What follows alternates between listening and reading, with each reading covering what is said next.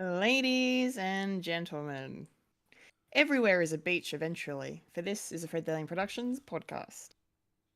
Life's a beach. And it's also a profession if your name is Ken. Yes. Yes. Cue the music. I don't know what we're yelling about! We came, we saw, we kicked its ass! Finished.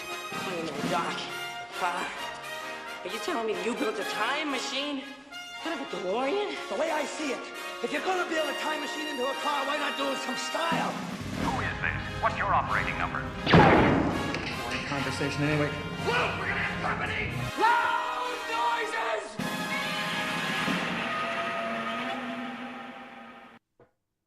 Hello. Hello. Hello. I'm Kendall Richardson. I'm a Fulya and And I am the one that goes kaboom, Michael Lister. And you are now experiencing a podcast called Fred. Yes, experiencing it through the mediums of three people, not two, and me more further away from the microphone so it doesn't bleed. Yes, Audio Fully is quality. here. Hello. Fully is here this week. Yay, we're very happy. Yay. Yay. Tired Fulya, but I'm here. And that is the important thing. Yeah, you're Excellent. tired, Kendall's coughing. I may have some stomach upsets. No. Oh, so we're all one type of Pokemon by the sounds of things. Hey. Snorlax, coughing, Yeah. and I can't think of. I don't know. Maybe Stomach Yeah, problem? what Pokemon blows out of their butt? I'm sure there's one. I'm sure there's something. Yes, I'm sure there's I one. would be a fire type. Nice. Nice. Charmander, Ask char. Alrighty, let's kick things off, shall we? Yes. With our weekly watchings. Fulia, what have you been watching? Hello. I've been watching my musical that I've been working on, so I haven't really been doing too much. I've been working at the theater this past week, hence why I'm also a bit tired. So apologies if I start dozing off later on. I'm gonna try to keep myself awake. I have my Tim Tam mocha here with me, so I'm good to Tim go. Tam Mocha? Oh A my Tim god. Tam mocha, yes. Did you drop your Tim Tam in your coffee? No. They make the Tim Tam coffee. That sounds like an excuse. But you could also do a Tim Tam slam, which I don't want to do. So it's fine. But yes, so been working at the show. We bumped out yesterday at the time of recording. So the show is now done. It is over. And I'm glad to say I actually got to see it. It was wonderful. It was absolutely awesome. I loved watching it. And the cast is just amazing, and the crew have done an amazing job bringing it all together, and just like the lighting and just the stage set and everything was really awesome. So I'm really glad to have seen Into the Woods, and I hope that it comes to even though it was community theater, I feel like it should at some point come down and do like a proper run in like the major theaters. That'd be really cool. Although it is quite a long show, I will say. So strap in if you're gonna go, if you do end up going, if they bring it down. But it's a good time. And you don't actually feel it, to be honest, when you're watching it. It's only when you're backstage, when you've got not much to do, that you do that you feel it drag a bit. Oh dear. Yeah. Love So, but kudos to everybody who worked on that show. It was awesome. It was a great experience, and I've made many good friends. So I'm glad to have been a part of it. But what I will say in terms of other watchings, I got to continue my watch through of a little anime on Netflix called Little Witch Academy. It's really cute. I'm really enjoying it. Probably not like one of my all-time favorite animes, to be honest. But it's still good for what it is. Just like, witches going to a school, learning to use magic. A human that wants to become a witch, essentially, is the main character, and she's she's very clumsy. She doesn't listen. But even though she has good intentions a lot of the times, like the way that she ends up doing the stuff, like trying to use magic, and sometimes she'll break the rules when she shouldn't be. But it happens. But it's a cute, fun anime, so it's actually not too bad. I would recommend for anybody who's really into that kind of style of animes. But speaking of, anime, I've also watched another witchy anime film instead of a show called Mary and the Witch's Flower, which is also on Netflix. And that one, man, I didn't expect it to be that good, to be honest. Because I heard a lot of good things about this particular film, and I wasn't expecting it to be really cool. I really enjoyed it. It's based on The Little Broomstick by Mary Stewart, where a strange flower grants a girl magic powers, essentially. So it's like this real magical. It's very Studio Ghibli-esque in terms of the film, but it's not made by Studio Ghibli. It's actually made by a completely different studio company, like a different studio altogether. And it's directed by Hiromasa Yonebayashi. And yeah, so I watched the English dub, just so that I could focus on what was happening on the screen. And yeah, it's such a good movie. It's really cute. And yeah, it's just about this young girl who ends up stuck in the countryside with her great aunt. And like she has these like adventures with friends and all that. She ends up this cat mysteriously pops up, and she ends up following this cat into a forest, like a nearby forest.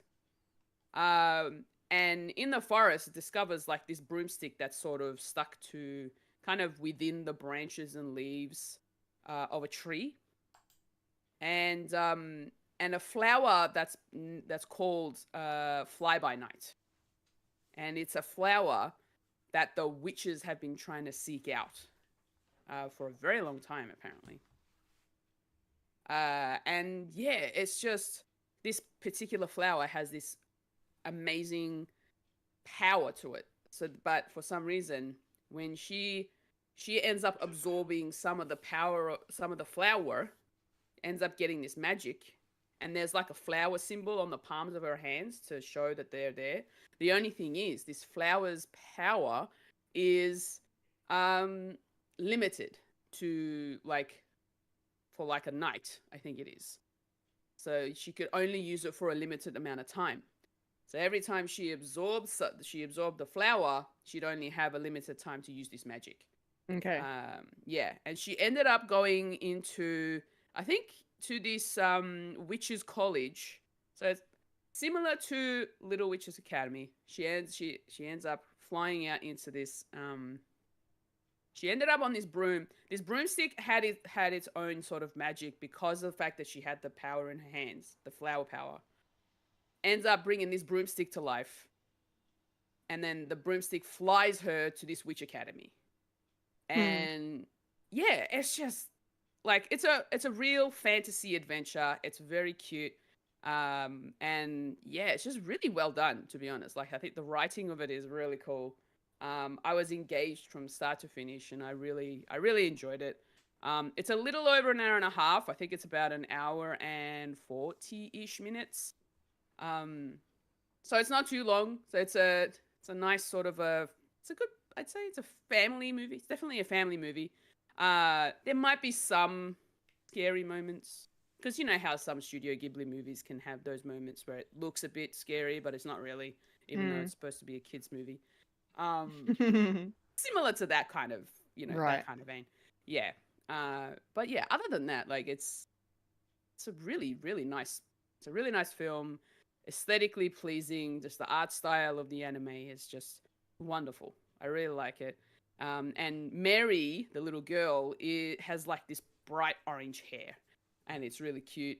But in the movie, she gets teased about it because it's so like uncontrolled kind of hair, uncontrolled red hair, and she has to somehow try to tie it up in whatever way to keep it in, like she's got it in pigtails, but it still looks very floofy, and it's quite cute actually. I really like her character style, and yeah, no, Mary and the Witch's Flower. I would definitely recommend checking it out. Nice. Yeah. That's all I've been watching this week. That's great. Thank Very you, witchy. Fulia. Very Yeah, it's witchy. a very witchy like it. week. Yes. I Lots of like it. fantasy. Lots of fantasy. This is awesome. Yeah. More fantasy. Mike, what about you? What have you been watching? Well, couple of things. What we've been going to talk about later on. As well, I've been doing a lot of listening as well. I finished a autobiography from Adrian Edmondson, which is the double act, second half, one of the halves of the Bottom series. You got Rick Mail and Aid. Yeah, that was good. Focusing on his life and his relationship with Rick as well, and how that started and how that ended, and a little excerpt of, we're talking nerdy stuff, how he became a character in Star Wars, and is because Ryan Johnson is actually a fan of Bottom, so Oh, great. that's good.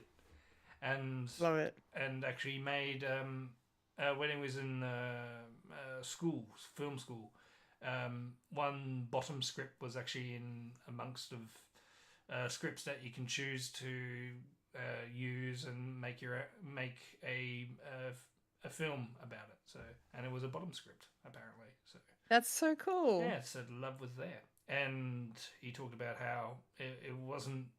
It was a unique experience because he wasn't allowed like the full script, which is understandable. But the script that he had, all the other lines from other people were all redacted, so he only knew his lines. So, and that was a weird way of performing because you have a call response, but you only know your lines. So it was a bit shaky for a performer to see. So yeah, so that's some nerdy wow. stuff. Yeah, cool. Well as reading up on a fellow berserker, which is the name of the book, Berserker, where Nice. he thought his ancestry was from the Vikings, but apparently it wasn't. So Yeah. so yeah, that was good. And after that, I'm going to tackle the Silver Marillion again, so I can. I'm trying again. It's like but this time it's been read by Andy Serkis. So Yes. Please let me know how that is, because I read the Silmarillion last year, but I kind of am very intrigued by his audiobook telling. of I've it. sort of heard it before, but Yeah, it just okay. went out in one ear but out the other. I think I actually need a physical copy so I can actually see the words and how. Here's one I prepared earlier. Hey, Hey. email it to me. Okay, I will. Actually, that would match the other books that I have.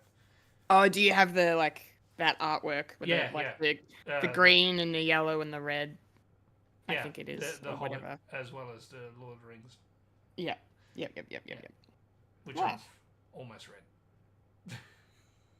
Yeah, I still haven't read Two Towers yet. I'll read them one day.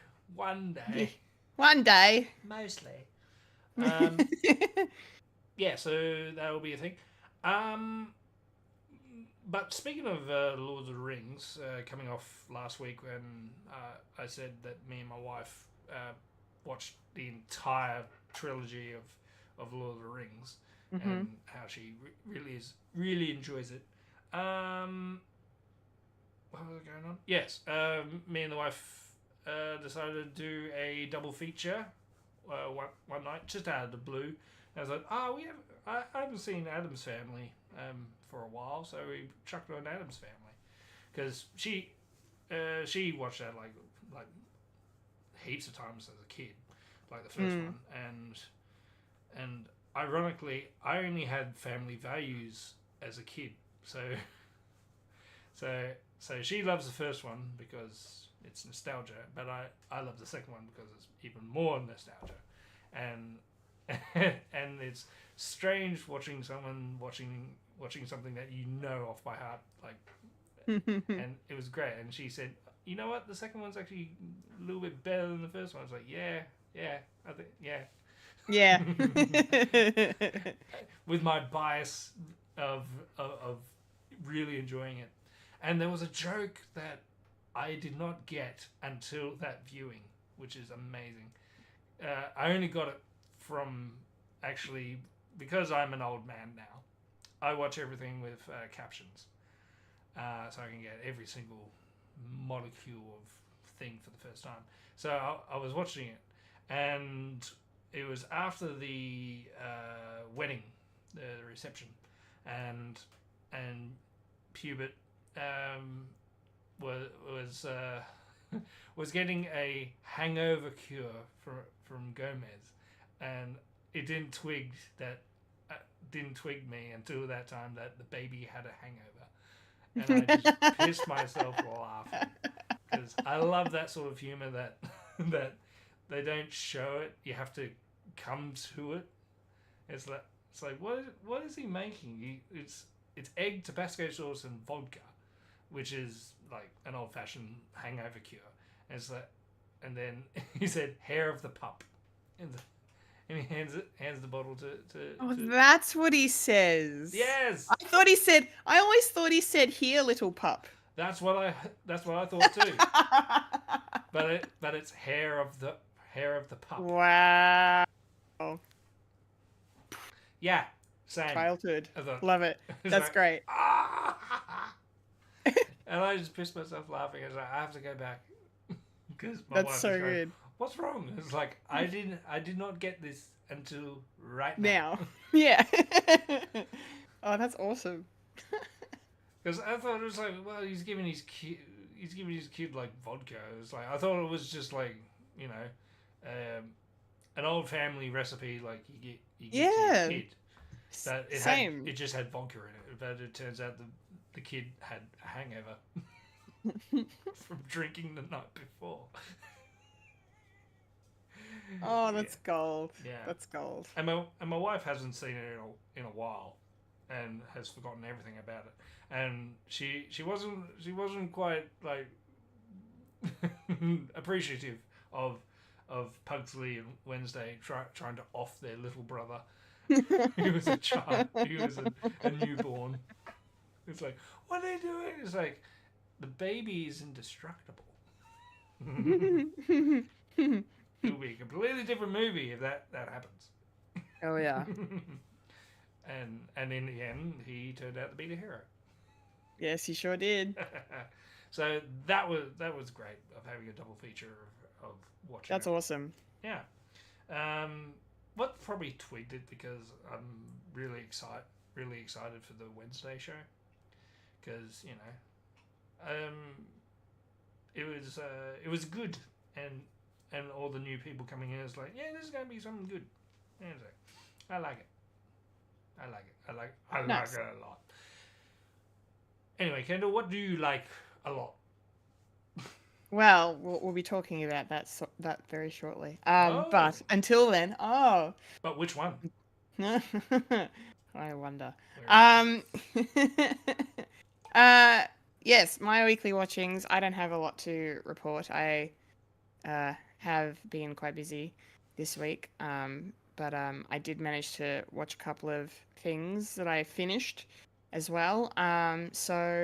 Me and my two friends that I've been doing the weekly Agents of Shield watch with, we finished it today. Yay! Yeah.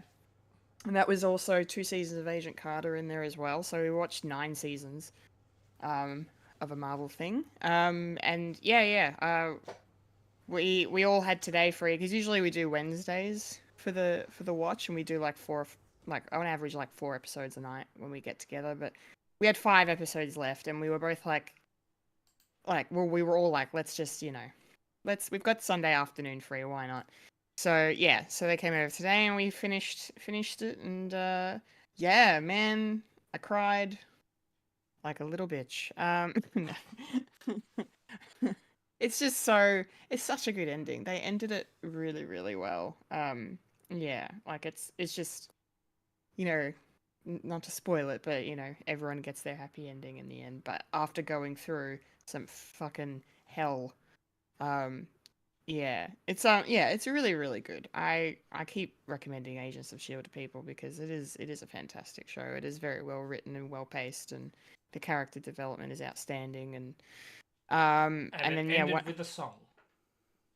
ended with a song, Yeah.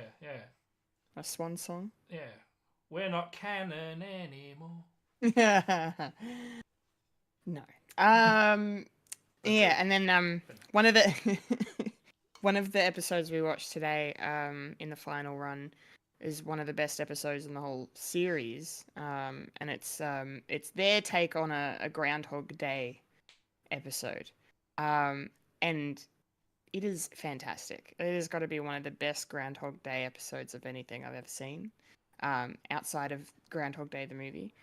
Because the way they do the repetitiveness, like you start with one character, and you think she's in the early stages of like, okay, we're looping, it's fine. But then she meets another character who is also caught in the loop, and then he tells her, "Oh no, we've been through this like 100 times already, and every time you die, you forget, and we have to relearn everything."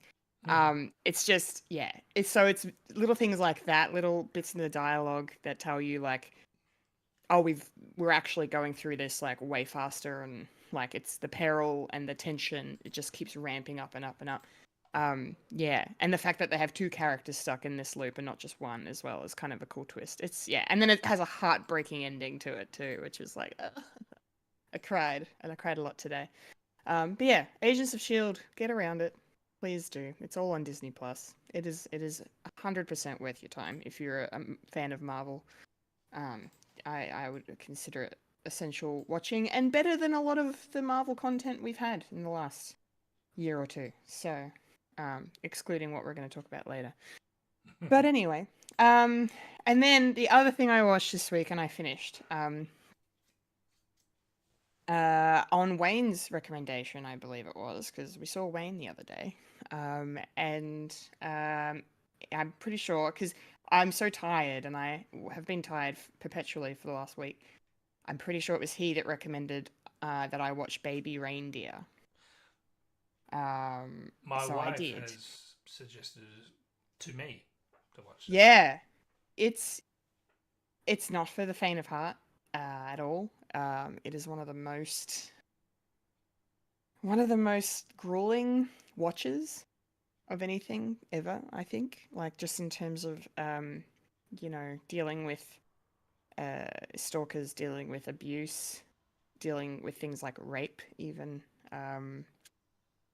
Yeah, it touches on some really messed up things, some of the worst aspects of humanity in this show, but it is really good. It is done really, really well, and I just cannot believe that the guy who plays the main character, who's being stalked and all of that, like, that happened to him in real life. So it's based on a true story, and he's actually playing himself. He gave himself a new name for this, but he wrote it and created it, and it's based on what happened to him, and then he's also starring in it. And I'm like, how the fuck can you actually relive all this shit?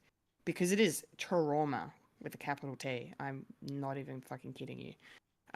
Yeah, I don't know how he did it, because that's brave, and I guess it would have been super cathartic and helpful maybe in terms of dealing with it, I guess. But yeah, it is messed up. It's fucking messed up. Yeah, it's really messed up. But I think it's an important show because it shines a light on mental health in a really interesting way that you don't always see. It shines a light on dealing with your sexuality and how you identify and what makes you straight or gay or bi.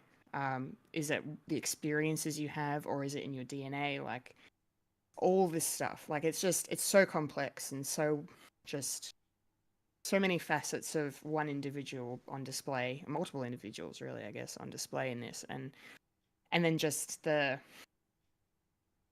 awful backward system of male victims and not being heard because they are male, and not being believed, and that toxic masculinity of like, I'm not a real man. If this has happened to me, I'm gonna man up and I'm gonna just deal with this and get on and move on. And I feel so much shame. I can't not, I don't deal with my shit. So there's just so much to it. It's yeah. I would recommend people watch it, but it's intense. It's very intense.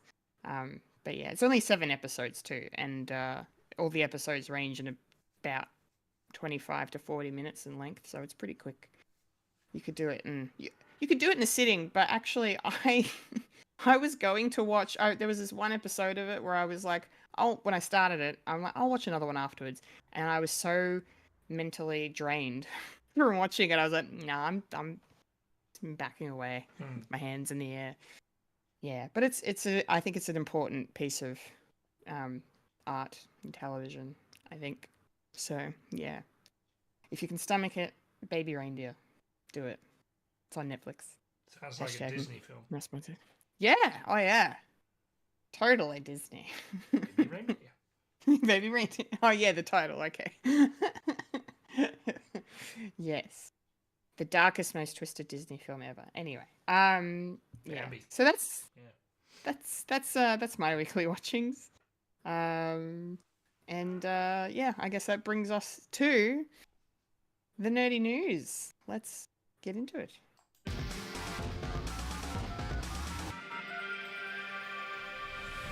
This is the news in Nerdy News. The nerds that talk about the nerdy news. That is us who talk about the news that is nerdy.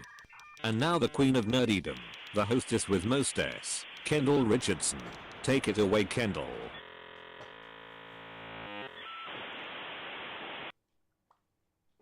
Okay, it's nerdy news time, and we've got some pretty cool things to discuss because during the week, a lot of the major studios were giving their upfront presentations where they were announcing new things and showing off stuff to people in the room, like trailers for certain things that were shown and blah, blah, blah. So we're going to go through a bunch of the stuff that was discussed at the upfronts this week, starting with some Marvel news. The wonderful Agatha Harkness, Catherine Hahn. We know there's a show coming. We've been, talking on and off about this show being in production for quite some time. It was announced not long after WandaVision wrapped. And finally, we are about to get a release date. We know when this show is going to start airing on the 18th of September. It'll be dropping its first 2 episodes on Disney Plus, and then one a week after that until it's done. And then the other thing is they changed the name again. They did. They did. And look, I'm okay with it now, only because I feel like maybe it was a marketing scheme the whole time, because the name that they've settled on is, of course, Agatha All Along. Ah, Um, like the song. Like the song, yeah, that'll be the theme song of the show, no doubt. So we'll get that bop stuck in our heads yet again. So I'm looking forward to that. Or just the But intro yes, sting. indeed, Yeah. indeed. But yeah, apparently they showed a trailer in the room to people that described certain scenes or certain characters and whatnot, and I didn't really read too much into it because I'm like, no, they'll put out a trailer soon for it, or probably at Comic-Con, which is only a month and a half away now, 2 months away. So yeah, I'm excited. I will, before I pass over to you, Fulia, I will just also quickly mention that they showed a trailer for Daredevil Born Again in the room, and told us it's going to be dropping in March next year. So some Daredevil news as well, which is really exciting. I have some time to watch Daredevil. Yes, you've got like 10 months. Lovely. Easy. Don't do what I did with Doctor Who and put it off into the last possible second. Probably what's going to happen. Yeah, okay. That's all right. What do you think about this latest bit of Agatha news? Well, finally we're getting a date. That's something that's been like the one thing that I've been really looking forward to finding out. Like, honestly, it's been this long. Like, it's about time that we got ourselves a release date finally. The fact that they also decided to change the name again, I kind of, it does feel like it was something that they were planning to do this whole time. Just because they obviously didn't want, maybe they already knew what the title was going to be and they just thought, let's just play along with it. And then when we're ready to actually release the name, then we'll be like, hey, it was Agatha all along. She was the one who was messing around with it. Yep, makes sense. Yeah. Clever. I also like the fact that we also got some behind the scenes shots of set shots of their filming. So they're in production, and it's looking interesting. It's taking part like after the events of WandaVision. So I'm really looking forward to continuing the story, I guess, but in more sort of Agatha's perspective now. So that'll be really interesting. So yeah, I am looking forward to seeing this. It's definitely one we've been waiting for. Although I will say my hype for it has kind of dwindled a bit since then. Yeah, for sure. But I feel once we get a trailer, maybe it might boost my hype back up again. So we'll see. Yeah, that's fair. That's totally fair. Thank you very much, Fulia. Michael, how are you feeling about Agatha? Finally got a date. Finally got a title. I think it would have been good, like constantly changing the date, like every month or so. But I think because they went through like the writer's strike and the actors strike, and they had to stop. I think it was probably pre-production or production or anything like that. So, and it just stretched out and it just got stupid and long. So, and I suppose that was probably it was a marketing thing. It was like constantly being renamed and rejiggered and it just changed into Agatha all along as in title and all that. So. Good marketing ploy. Yes. Crap timing. Indeed. Crap timing, for sure. Yeah, and I'm probably the same as Fulya. It's like, just give me a trailer so I can just judge it. If it's going to be the first Marvel thing, I've said, I'm just going to skip it.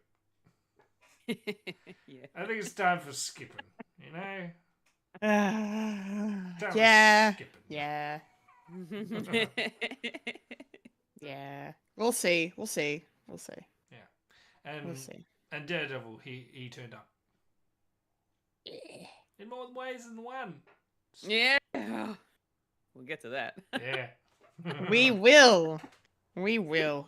It's been a good week to be a nerd. I will definitely say that. Nerd. All right, let's move into our next bit of news. Keeping it Marvel related. Whip Amazon along. Prime, huh? Whip along. Twip along, yes. Thwip. Twip along. Um, it was Thwipifer all along. Anyway, that joke didn't work because I couldn't say it. Whip. All right. Thwip. So, Amazon Prime had their upfront presentation, of course, and they gave us confirmation because this is something that's been in the works for a little bit, but they confirmed it finally that we are going to be getting a live-action Spider-Man Noir series starring Nicolas Cage, reprising his role from the Spider-Verse film. Or his Now. voice. Well, based on the description for this, it's focusing on his life as an older, former hero, I suppose. Like, he's looking back on, like, the hero he once was and, you know, I don't know, probably feeling sad about things. I guess he, you know, I mean, we've seen Spider-Man Noir, like, you know, in the Spider-Verse, he's very introspective and has that kind of, I don't know, pathos to him where he's just like, woe is me, until he sees that Rubik's Cube and everything just changes. He Yeah. plays the hard-boiled detective noir. Yes. And that's what the show is going to be called too, just Noir. So I think which is a nice little title. But I'm sure they'll put the Spider-Man logo in there somewhere because advertising. I don't think they've got the rights, like television rights to do Spider-Man. Oh, actually, you make a good point. That's probably why they called it Noir. Yeah, good point.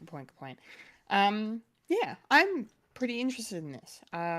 You know, I would have settled for a spin-off movie with him coming back, or a spin-off mini-series, like just in the animated form. Mostly because, you know, that animation is incredible. And also because, you know, Spider-Man Noir was one of my favorite elements of Into the Spider-Verse. You know, obviously he's gotten a series for a reason. A lot of people responded pretty positively to his character. But yeah, I would have been happy with an animated thing, but the fact we're getting live action is very intriguing to me. And it's going to be cool to see what Nicolas Cage does with this, because, you know, it's not his first time playing a live action Marvel character, of course, but yeah, I'm very intrigued. Fulya, what are your thoughts on this? You reckon that you might check this out? I might. We'll see how we go. Depends on what the trailer kind of gives us. Mm-hmm. I mean, I don't know how I feel about it being Nicolas Cage. What do you mean? What's He wrong voiced the with character. Cage? He voiced the character in the movie. Honestly, I didn't even realize, to be honest, when I was watching the movie. Hey, it's the mark of a good actor, I guess. Did not pay attention. But look, I mean, I like a good, like, detective show movie. This has got to be really cool. It's a very, you know, because it's, you know, set in sort of like a 1930s sort of an era kind of thing. And I don't know, like, it appeals to the side of me that loves detective shows and stuff. So and the fact that I also like Marvel, I do enjoy my Spider-Mans. So, you know, I'll still watch it. I just need a trailer to show me what we're getting and how it's gonna look. Yeah. I'm hoping they stick with the whole noir sort of black and white throughout. Yeah, I hope so too. Because I don't want to. They're calling it noir. Let's keep it noir. I want to keep it that way, and then I might actually be in it. So yeah, look, I'm intrigued. I just like Agatha all along. Just need a trailer. Okay. Fulya needs more proof. She doesn't have any faith. Give me trailers, okay? You need visual representation. I'm a visual sort of person.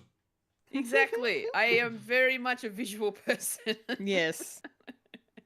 That is totally fair. This is That why I totally love fair. demos in games, because it gives me an idea of what to get, what I expect without having to pay for it. So Give me a trailers, taste. people, come on. You little taste. Nice. Little taste. Yes. Well, it seems I'm not the only one excited for Trailer Park this week. Anyway, our next bit of news, switching gears a little bit. Oh yeah, I think it's fine. Think it's fine? What? Spot Michael!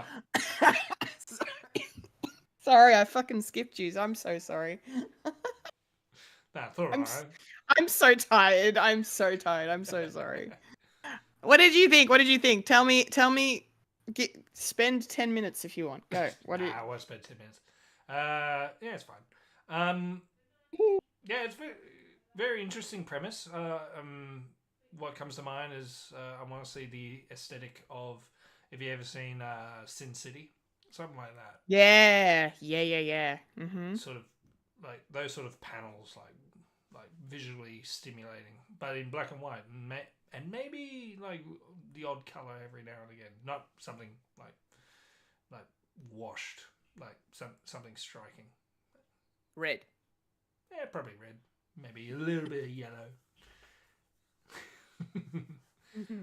I mean, he could be reminiscing, like, and he's got the Rubik's Cube there, so there's a bit of a tie-in. Like, Yeah. I remember when. This is my Nicolas Cage. That's good.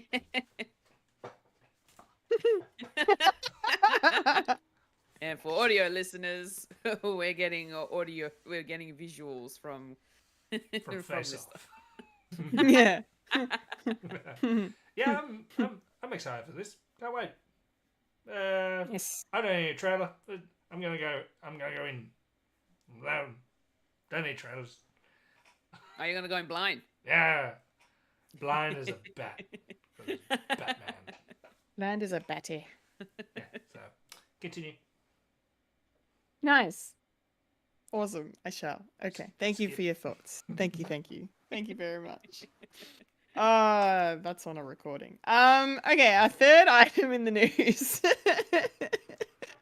It's good content. Our third item in the news is the opposite of the joy that I'm feeling. Because we got 2 photos from HBO this week. They released a first glimpse of Joel and Ellie in The Last of Us Season 2. So yeah, someone who hasn't obviously played the game or finished watching the game, I mean, I've seen parts with Joel and Ellie in it, obviously so far, but I can't remember. Because Mike, you kind of mentioned, you know, I think was it in our group chat, you talked about how you think you know where the photo of Joel is taking place. This bit, yeah. Yeah, so I'll pass it to you in a sec to elaborate if you can. Because I'm trying to remember and remind myself. I should have done a deep dive before the podcast and tried to jog my memory because I can't remember what the scene is. But I feel like it was maybe an intense scene. I can't remember. Because I think it looks like it takes place at the compound or whatever where they're all living. Yeah. Yeah. Because I remember like the fairy lights being a thing. Yeah. Probably a scene that it's a scene that you haven't seen. Oh, interesting. Okay. All right. Well, that would make more sense then. This is why I can't remember it.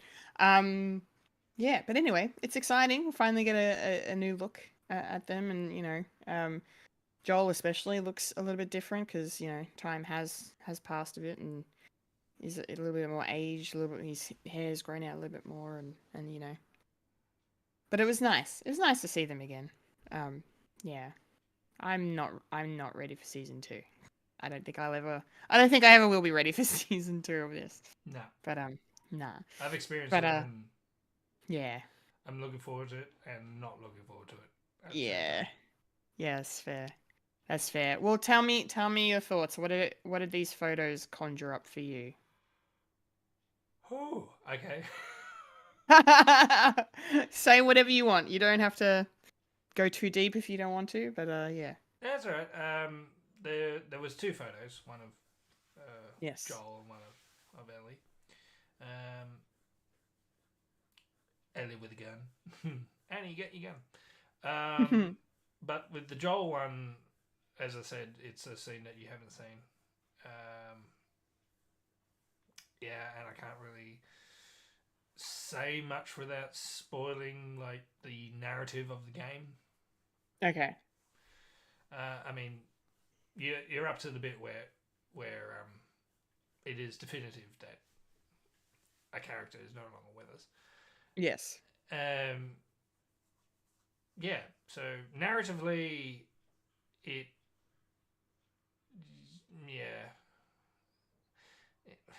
it's hard, but it is a scene that sort of how to word this.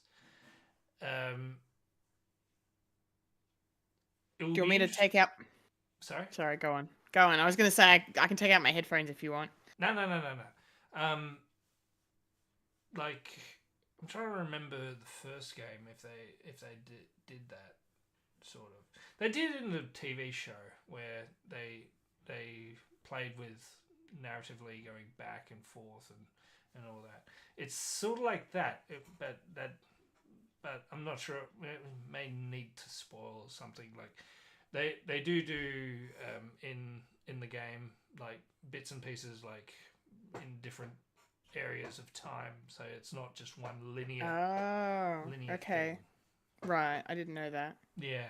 So spoilers. That makes sorry. more sense. No, that's totally fine. That makes a lot more sense. So the reason why it doesn't look familiar because you haven't seen it. I've never seen it. Yeah. Okay. Yeah. But narratively, it does make sense. Okay. Because, I can't say that. Narratively, it works. Like for me. Yeah. Okay. For some people, it doesn't because they want to see the sort of people that complain about Memento should be like ongoing. It's like it doesn't make sense. I don't understand it. You got to go from A to B, not A. No, B. B to A. Back to A, then B, A, B, and then it goes backwards. Yeah. So, yeah. But just from a picture, it conjures up like a lot of emotion, and so it works. It works, and Great. And that particular scene, well, there's another scene after that sort of made me. All throughout this game, I bawled my eyes out. It's kind of like you and Baby Reindeer. I couldn't really handle it like all the way through. Yeah. Okay. I had to stop in certain places. Yeah. It's like, okay, I can't do this anymore. I need sleep break. Must have sleep. Yeah, must have sleep. Yeah. That's fair. Yeah. Okay. You should watch it, Fulya. It's fun. Being emotionally drained. I think I'm good. At least play the game because you are the gamer of the podcast. It's true. Yeah, and you got a PS5. I roll my eyes at both of you. No. No for you. No. Not for me. No, fair enough. Fair enough. All right. Well, speaking of things that aren't for anybody, maybe that's harsh. No. I'm actually interested in discussing this with you guys because this is also something that has been in the rumor mill, in the zeitgeist, pop culturally speaking, for the last month or two, but we hadn't really talked about it on the pod because I didn't want to acknowledge its existence, sort of, I guess, but it's happening. At the Netflix upfronts this week, it was confirmed that they are going to be releasing Happy Gilmore 2. Starring Adam Sandler, returning, of course, to reprise his role. And and they haven't said anything else about the movie, anything about who's writing it, who's directing it, who's going to be in it besides besides Adam Sandler. But I don't know. Happy Gilmore, I think, is probably my favorite Adam Sandler film. So I'm a little hesitant, obviously, you can quite clearly tell. It's I don't know. I mean, whatever they do with this will always have the original. So I guess that's the attitude I'm just going to try and take. Hopefully it's good. Hopefully they got a good story. It's a shame that Carl Weathers is no longer with us, so we're not going to get any kind of Chubbs cameos from heaven. Or Norm Macdonald. Oh yeah, fuck, Norm Macdonald too. Okay. Why are they making this movie? Why? Why? I don't want it. At least we'll get the best villain. Well, on that, I was going to. I had a theory. It's not going to happen, but I want them to do a Cobra Kai. I want them to have Happy be. Do not redeem Shooter McGavin. Yeah, let's go. Why the hell not? Balls are to the wall. This movie's happening. Let's just go nuts, okay? Shooter McGavin is the Johnny Lawrence. He's the redeemed good guy on the golf field, and Happy's the egotistical. I've had success. Blah blah blah. Like that angle. I would really like to see. I don't think they're gonna do that. I hope they can get Christopher McDonald to come back and do it. I think like they will, because I feel like he's like he makes that movie like, I mean, a lot of things in that movie make that movie, but like he elevates it in a lot of ways. He's one of the best movie villains of the 90s, one of the most memeable ones for our generation. Like, I mean, I think they'd be stupid not to try and get him on board, to be honest. So, if they could do a funny twist like that, that'd be fun. Or at least if they, like, I don't know. They're gonna have to put them back together somehow. Yeah, I would. So I'd really like to see that. Because I'm like, what's the story gonna be? What are they gonna be telling? Why, maybe Happy and, is it Julie? No, I can't remember her name. Female character love interest here. Julie's the name of the actress that plays Virginia. Virginia, thank you. Virginia Bennett, that's right. Yes. Yes. Julie Bowen plays Virginia. Yes. Hopefully she comes back, and then the two of them, are like, I guess maybe they're raising a golf dynasty. I don't know. I'm out of ideas. We'll see how this goes. What do you think, Fulya? Does this interest you at all? Have you actually seen the original film? But it's been such a long time that I don't really remember too much of it. Fair enough. I feel like I might need to do a rewatch, to be honest. I do remember it being funny, so I don't know how I feel about this second one. Like, it's definitely just going to be more of a what's he up to now kind of a movie. Is he still playing golf? Is he still winning? Does he have a family now? That sort of scenario. Yeah. But yeah, like, I don't know. Generally, when movies from like the 90s that are brought back to that have been, the sequels that have been made for those in like modern time, it hasn't always hit well, to be honest. No. So I'm a little hesitant as to what this movie is going to be about and how well it's going to go, essentially, with modern audiences, especially. Because there's going to be a lot of us from that generation that'll remember what's happening. We'll get all of the references and all that sort of stuff. But whether or not the younger generation now, unless they go watch Happy Gilmore, like the first one, to understand what's going on, what's going to happen in the second one, I don't know they'll have the same experience as what we did when we first watched it. So Yeah. it really depends on where they take the film. But yeah, I'm neither here or there for it, to be honest. Like, I am hesitant about it, but I'm just like, if we didn't have it, I wouldn't have cared either. So Yeah. Hmm. Yeah. Yeah. That's fair. That's fair. Thank you. Michael, what do Hello. you make of this? Well, first of all, of course, we don't need it. It was good by itself. Could fall into the trap of Welcome to America Part 2. Coming to America, yeah. Yeah. Where it wasn't really received good because they decided to make it PG. And Yeah. the first movie was not that. Definitely was not. Anyway, but Movie as of we've its been time. speaking, I've been putting it in my head, in my dials, and I've come up with a viable story because Happy never really wanted to be a golfer. He wanted to be a hockey player. Yeah.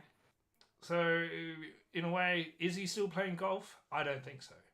He's probably like retired from that now and just resting on his laurels, resting on his winnings because he got his grandmother's house back, and she's not going to be around, unfortunately. So what did he do?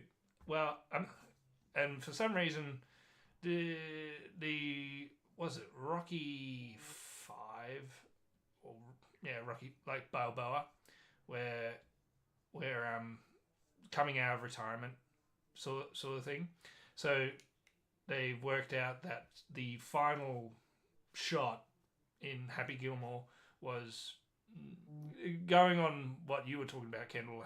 How he Shooter McGavin was robbed because that last shot wasn't him. It was that explosion or whatever it was, and it knocked the ball in the hole. And I think they found that out, so therefore he didn't really win. So he owes so much money, Happy, to it's like give back the winnings because you didn't win fair. And so it's like, well, that means I've got nothing now. So what do I do now? He's back to square one. It's like, well, you can always come out of retirement and do another pro golf thing. I don't know, sport. And so he has to do this again. And he has to win. If on that proper prediction comes through true, I am like, I think it's pretty good. And then he reunites with Shooter McGavin on the courses somehow. Like maybe Shooter McGavin's like he's the head of the association or the competition or something. Yeah. He didn't rest on his laurels. No. It's just like finding somehow he's been on this grudge because I don't want to see him redeemed. Come on, let's shoot him again. This will be easing him for 20 years trying to find something, and he found it. And it's like, you know what? I'm gonna do it. I'm gonna ruin Happy's. Happy is no longer going to be happy. You know, that sort of. Sad Gilmore. Yeah. So he's out of retirement. You know, maybe because Adam Sandler's doing like this family thing now. Maybe he has a son. Maybe he's showing. Yeah. Maybe it's like a new generation, like the sort of the new generation sort of thing coming up. So, and Shooter's got a son, maybe daughter, and they fall in love. It's fucking Romeo and Juliet bullshit. Yeah. I don't know. Yeah. Yep. Something that could be. Yeah. There's plenty of ideas in there. That was my pitch. That was a very good pitch. I like it. Thank you very much. Alrighty. We got one more thing left in the news to talk about. One more. And this is something I'm going to just throw to you guys on because I'm sure you're both very excited about this. There was, as part of Disney's upfront this week, an announcement for only Murders in the Building. They dropped a teaser and Only Mayhem in they the what? I've never heard that before. Oh, sorry, only Mayhem in the Mortuary. Yay! Yeah, yeah, there we go. I like that show. Yeah.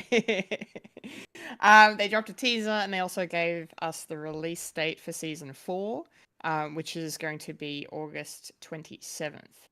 Yeah, mark your calendars. Now, I didn't watch the teaser because I am planning on watching this show. I will do my best to watch the 3 seasons between now and August so we can talk about it on the pod. I will try my darndest for you two, because you guys go on about this show and I'm starting to feel like I'm missing something special. So I'm You gonna really are. I'm gonna take the time to catch up. Yeah, it's alright. Look, the thing is, it won't take you long to catch up because they're No. very short seasons, so you'll be fine. And Yeah, they're short episodes too, so Yeah. Cool. All right, I'll do it the week before. It's an easy binge. Yeah, I'm sure I could do it in a couple of weeks, really. Yeah.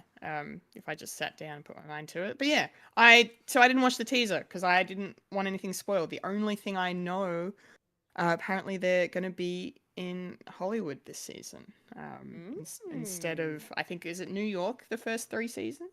Yeah. Or- yes. Yeah. Yes. It's solely in Hollywood. Solely in New York. Yeah, Yes, and now we're going to Hollywood. New York, yeah. Yes. All right. Cool. Well, I'm excited for you guys. So, Fulya, tell me, are you excited for only Mayhem in the Mortuary, or whatever I said? Only murders in the building. I am Only very murders in the excited. building. Is it? I am Not sure. I am very excited for season 4. Yeah, last season was about a musical. This season they're going to Hollywood. Yeah. Don't want to spoil too much, but there's gonna be a movie about them. So Oh, that's cool. that's why they're going to Hollywood. Then that's Ah. as far as I want to go without spoiling it for you. Well, thank you. Yes. Thank you. Does it I look watched- good? I watched the teaser. It is very good. And there's gonna be just as much mayhem as the last 3 seasons have been. There's gonna be a lot more celebrities, all like celebrity cameos. This is gonna be really interesting, especially considering the fact that they're going to Hollywood. So, but there's gonna be some extra new, characters that'll be popping up with some new faces, but familiar faces to us. So I am very excited to see how their characters sort of work into the season. It's gonna be good. It's gonna be good. Very excited. I love this show. If you can't tell. That's awesome. Big fan. I like your excitement. It's great. It's very, very good. Michael, how are you sitting with the teaser? What do you reckon? You keen? Yeah, keen as a bean. Starts off with a murder. So there's going to be murder. Murder. So many murders. They need to do another podcast. Because there's another murder. The podcast continues. Yeah. I love the fact that it's this whole thing is based on a podcast that they're doing. It's just so hilarious. It's so good. So, yeah, who would do a podcast? Who would do a Me. podcast, you say? Ha Haha. You know, us, the only Muppets in the Fred shed. Manhattan. The only productions in the Fred. Yeah. So many Freds. So many Freds. Speaking of Fred, did you see that picture of Matthew Lillard in the Springtrap outfit, and he's got Scooby Doo next to him? That was a bit of fun. Anyway, tangent. No, that's cool. Yeah, I like those kinds of references. I always come back. He's omnipotent. Yes. That man, omnipotent. And he should be coming back for the Scooby-Doo show. Scooby Dooby Doo. On Netflix. Yes. As a man with a mask. Yep. He's That'd be the great. killer. Or he comes back as, Shaggy's dad. Makes sense. Yeah. Yeah. Anyway, moving on. All right. Nerdy news is done. That's it. We've got all the news out there, which means now, of course, it is time to roll on up to the trailer park. Rolling up to the trailer park where we all park all the trailers. Yeehaw. Alrighty.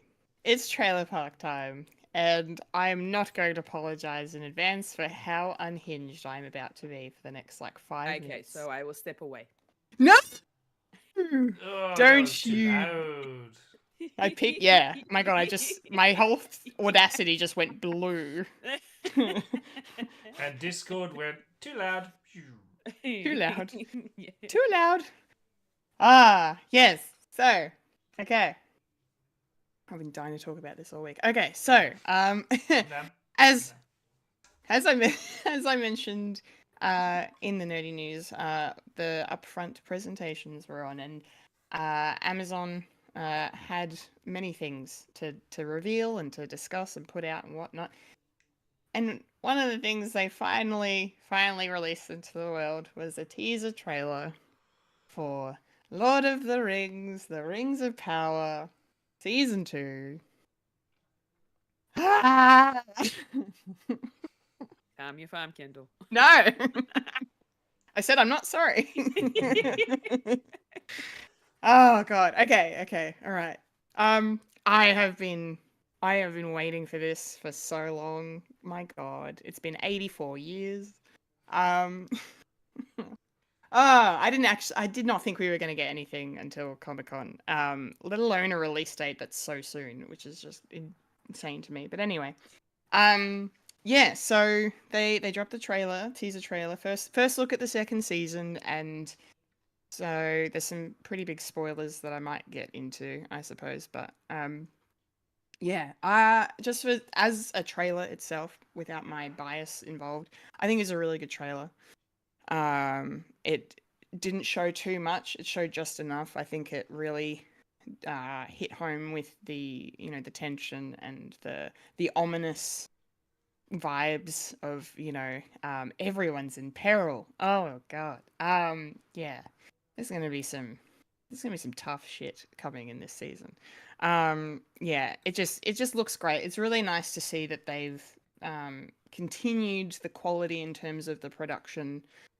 Like the one thing you can't fault this show, and people have their varying degrees of thoughts on it, but the one thing you can't fault the show on is its visuals, and I think they brought some really, really cool visuals in this trailer, and it was kind of an interesting contrast as well to see how dark it was too, because like the first season was a lot, everything's very much bathed in light and warmth and fire, and like there's just a lot more orange and white tones going on and earthy tones, and here it's just very much darker and grim and ominous is I think an appropriate word for it. So yeah, it looks really, really good, and doesn't, like I said, doesn't show too much, but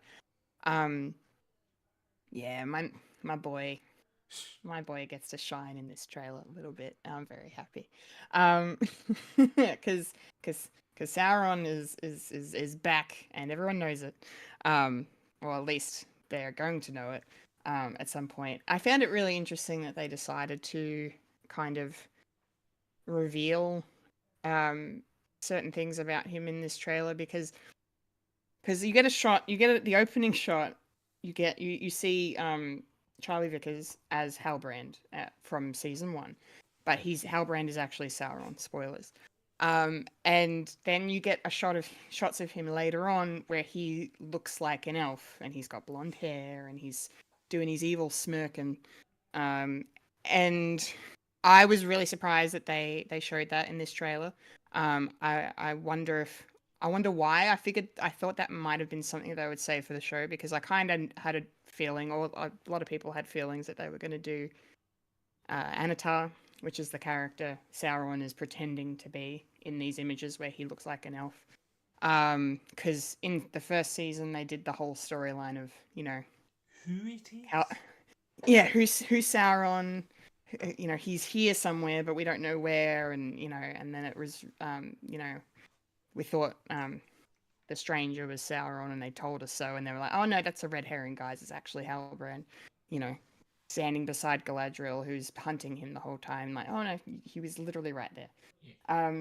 So they've done the deception twist already. I was really surprised that they're not only doing it again, but they're doing it. They're showing it in the trailer. That So I kind of admire that, I guess, in a way, because mystery boxes can be like this, can be a bit people don't like them all the time. I'm fine with them because I'm very gullible and I don't always notice stuff. Like I didn't think Halbrand was Sauron until the last episode. I'm like, oh, okay, well it's pretty obvious now. But anyway, yeah. So Anatar's basically this character who, he says he was sent by the Valar to help Celebrimbor make the Rings of Power, basically, and yeah, and he spreads his corruption and all deceit and everything throughout, and things don't end well for Celebrimbor. So he's in this trailer. He's the elf that's like staring at the flaming figure in the distance. He's the one that like drops all the rings into the fire. That guy. He's gonna, yeah. Things are not gonna end well for him. So yeah. But anyway. Yeah, I kind of have a theory that they're going to be doing. It's not going to be Sauron coming back as Anatar and then him repeating himself. I think it's going to be, oh no, Sauron was actually Halbrand and also simultaneously Anatar. I feel like, I don't know, that's kind of more where my brain is going after watching this trailer. I don't know. But we'll see. We'll see what happens. Other than that, stop gushing about my man. Other than that, some of the action sequences look really cool. Get to see Elrond in some armor leading a charge of elves on horseback. That's pretty cool. Galadriel looks fantastic, with her braided hair, and she's got flaming arrows at one point. So I'm really excited to see more of warrior commander Galadriel as well. And yeah, and there's they also, I will say before I throw to Fulya, they also dropped like an hour after the trailer, not even, they dropped a behind the scenes featurette, which goes for a couple of minutes. If you're interested in seeing some more footage that isn't in the trailer, I would recommend checking it out. Because there was this one part where they showed the actor who plays Isildur, Maxim Baldry, he's walking in front of some storyboards, and you see a giant spider on one of them. So a lot of people are speculating we're going to see Shelob this season. Specifically, Isildur is going to have an encounter with Shelob, so that's going to be fun. Going to try not to squirm looking at a giant spider, but that's fine. It's okay. And then yeah, spider, because it's so many years ago. Maybe that's true. I don't know.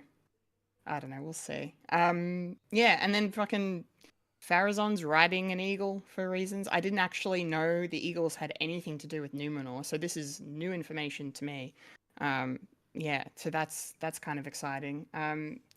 I don't know what else to say other than, yeah, it's gonna be really good. I think it looks good. I have talked to a couple of my friends who, one who gave up on the show, not you, Fulya. One who gave up on the show because they didn't agree with certain interpretations and whatnot. And another who I didn't force him to watch season 1, but I sat him down and because he's a Tolkien fan, and he was interested, and so we watched it, and they both said this looks better than the first season. And one of them, the one who I showed the entirety of season 1 to, said that yeah, he's actually more excited now for this show. So yeah, I hope they've listened to some of the criticisms from the general public on this, and changed things up a bit. I think they probably will have. I don't know. Luckily, the show finished principal photography before all the strikes happened last year, so we shouldn't have to worry too much about that in terms of that issue. But yeah. It's all I'm going to be thinking about for the next forever. So I'm very happy. I'm. It's been a very good week for me. I'm very excited. Anyway, I could go on and on and on, but I want to hear what you guys think, please. Fulya, I know I showed you the first episode. You didn't get drawn in the way I did, unfortunately. But yeah, I'm really curious to hear your thoughts. What did this trailer do for you? What did you think of it?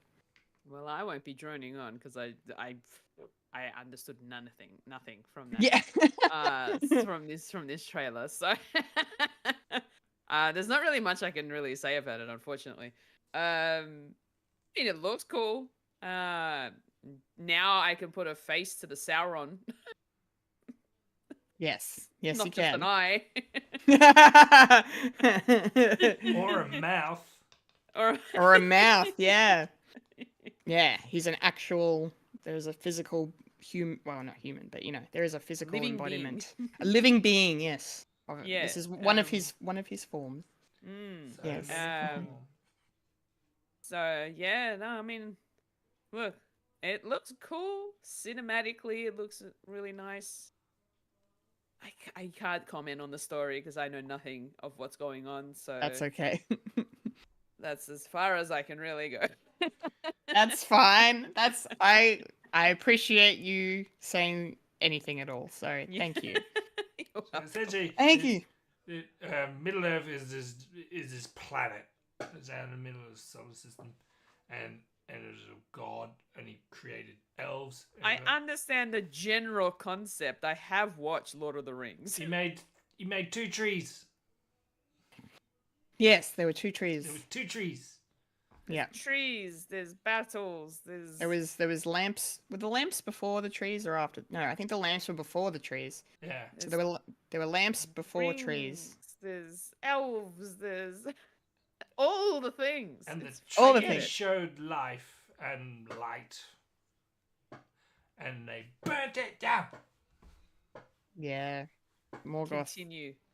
fucked it up. God dang it. God dang it. All right, Michael. I know you watched the first season. From memory, I think you enjoyed it for what it was at the time. But I'm curious for your thoughts on this trailer. What did you make of it? No, so as someone who knows the story, where this is going a bit. Yeah. It looks rather interesting. More interesting. I'm not that crash hot on the mystery box. Element, so I thought, no, it's Lord of the Rings. It's more simple than that. Don't need. Who is this person? Is it a stranger, Saruman? It's like no. It's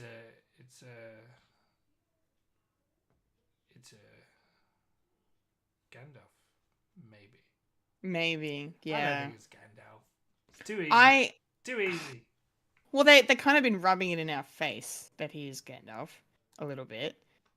Using dialogue from the films. That's albeit I will say not actually in the book at all. So that's a counter argument.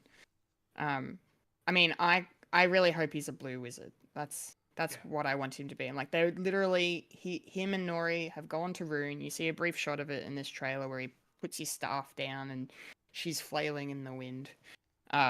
So Rune is where the blue wizards are supposed to be. So but there's 2 hopefully, but there's 2. I was listening to a podcast. I was guessing that maybe the stranger is one of the 2. So or he splits in 2. I mean, oh wow, who knows? We've We've never seen the blue wizards really expanded on them before. So it's blue, double D, double die. Yes. Yeah, and Sauron in all his long hair glory. Mm.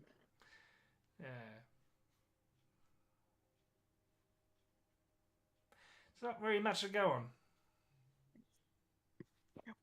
Well, it's probably a good thing that they're not showing too much in Yeah. that sense. Like they're just little glimpses of what's to come. Yeah. Yeah. Yeah. Maybe that. What was it? I'm trying to remember. Weren't they trying to get like 5 seasons out of this? So when the show was announced back in the day, now it feels like, it's supposed to be 5 seasons, but they've technically they're tentatively only been renewed for 3 at this point because the writers have started working on the 3rd season, but I think an official renewal hasn't happened. So it's very confusing because at the beginning it was like there's gonna be 5 seasons of this. It's happening. They've locked in 5 seasons, and then it's like it's been renewed each time, and I'm like, what does that mean? So I don't know. If yeah, I mean a lot of people did watch the 1st season, and a lot of people watched the trailer when it dropped, and the reaction has been mixed still, but I think it's definitely been positive on the whole. So I'm hoping.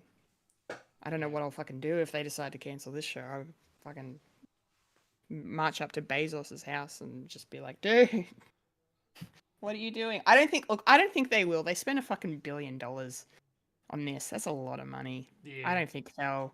It's too late for fucking tax write-off bullshit. So I would like to think that they're gonna see this one through to the end. Yeah. So I hope so. I think they'll probably like because the reception was like lukewarm. They're saying, "Oh, okay, well, instead of 5, we'll probably hurry up the story so we can get to the end instead of like wasting time as like who's this character? Maybe Yeah. they'll just rush it. Maybe. I hope they don't rush it, but I mean, they're technically already rushing it because they've compressed the timeline so much. Because everything that we're supposed to be seeing over the course of this show is supposed to happen over hundreds of years. So yeah.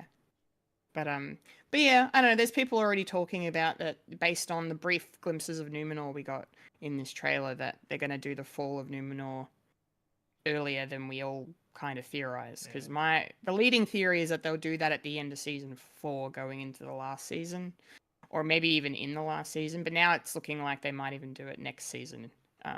So, which is interesting. Balls to the sea.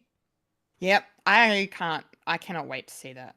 I think that's going to be a spectacle, and it's going to be harrowing, and you want to see death and destruction.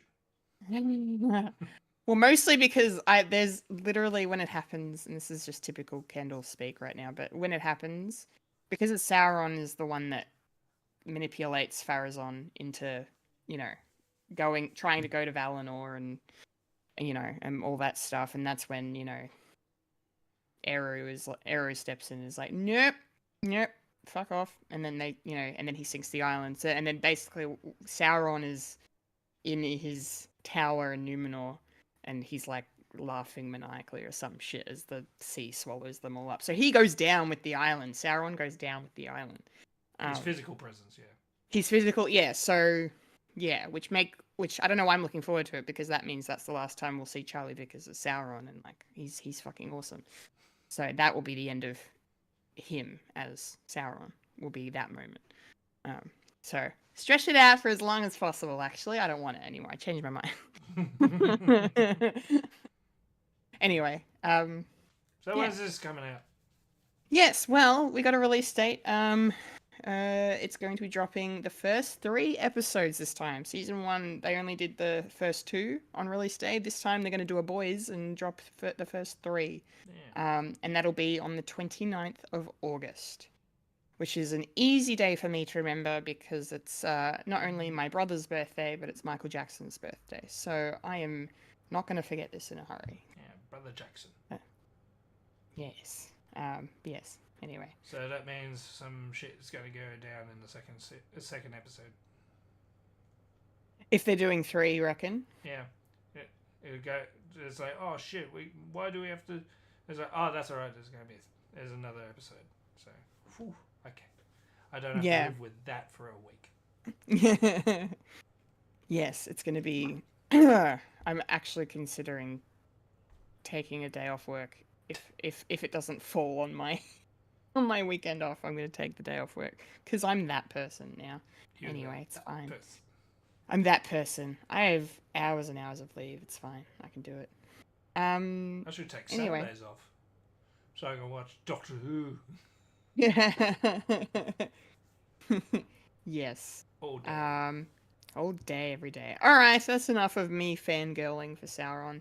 Let's move on to our next trailer, which is another teaser trailer. This one, though, is for a film, Francis Ford Coppola's upcoming feature, Megalopolis. Magna Opus. Magnum opus. I think that's what people are calling it, right? Mm. Like, I mean, I had no idea really what this was when I started hearing about it and you know, seeing images. I think they've released a bit of footage already. But this is the first proper maybe trailer we've had, I think. But yeah. I'm so curious and I'm so interested in this. This looks like a visual spectacle, a feast for the eyes, if you will. There's a lot going on. I have no idea what this movie's going to really be about, other than the fact that it's like a cross between ancient society with modern society in just this, you know, smushing of aesthetics going on. I kind of really like that. Like, I feel like they're bringing in the indulgence of the ancient Greeks and the ancient Romans, that kind of stuff, and that's kind of that, you know, almost like Dionysus and that kind of nature of, you know, giving into your base desires and your exploits and your fucking, you know, your gluttony and all that shit. Like, there seems to be a lot of that kind of vibe. I that's how I interpreted it anyway.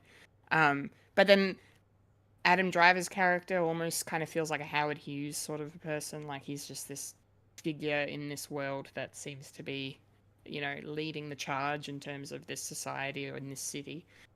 And then there's also this threat of the whole thing coming crashing down upon them, that's looming over them.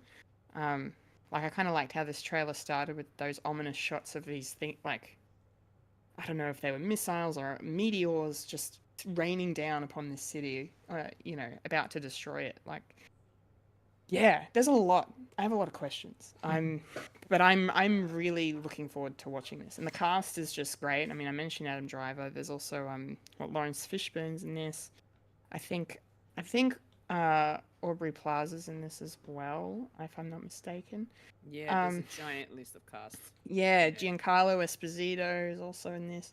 So yeah, I haven't seen all of Coppola's stuff, and I hadn't had much desire to after sitting through 4 hours of Apocalypse Now, which was too many hours of that movie. Even though it's a very good movie, yeah, it's insane.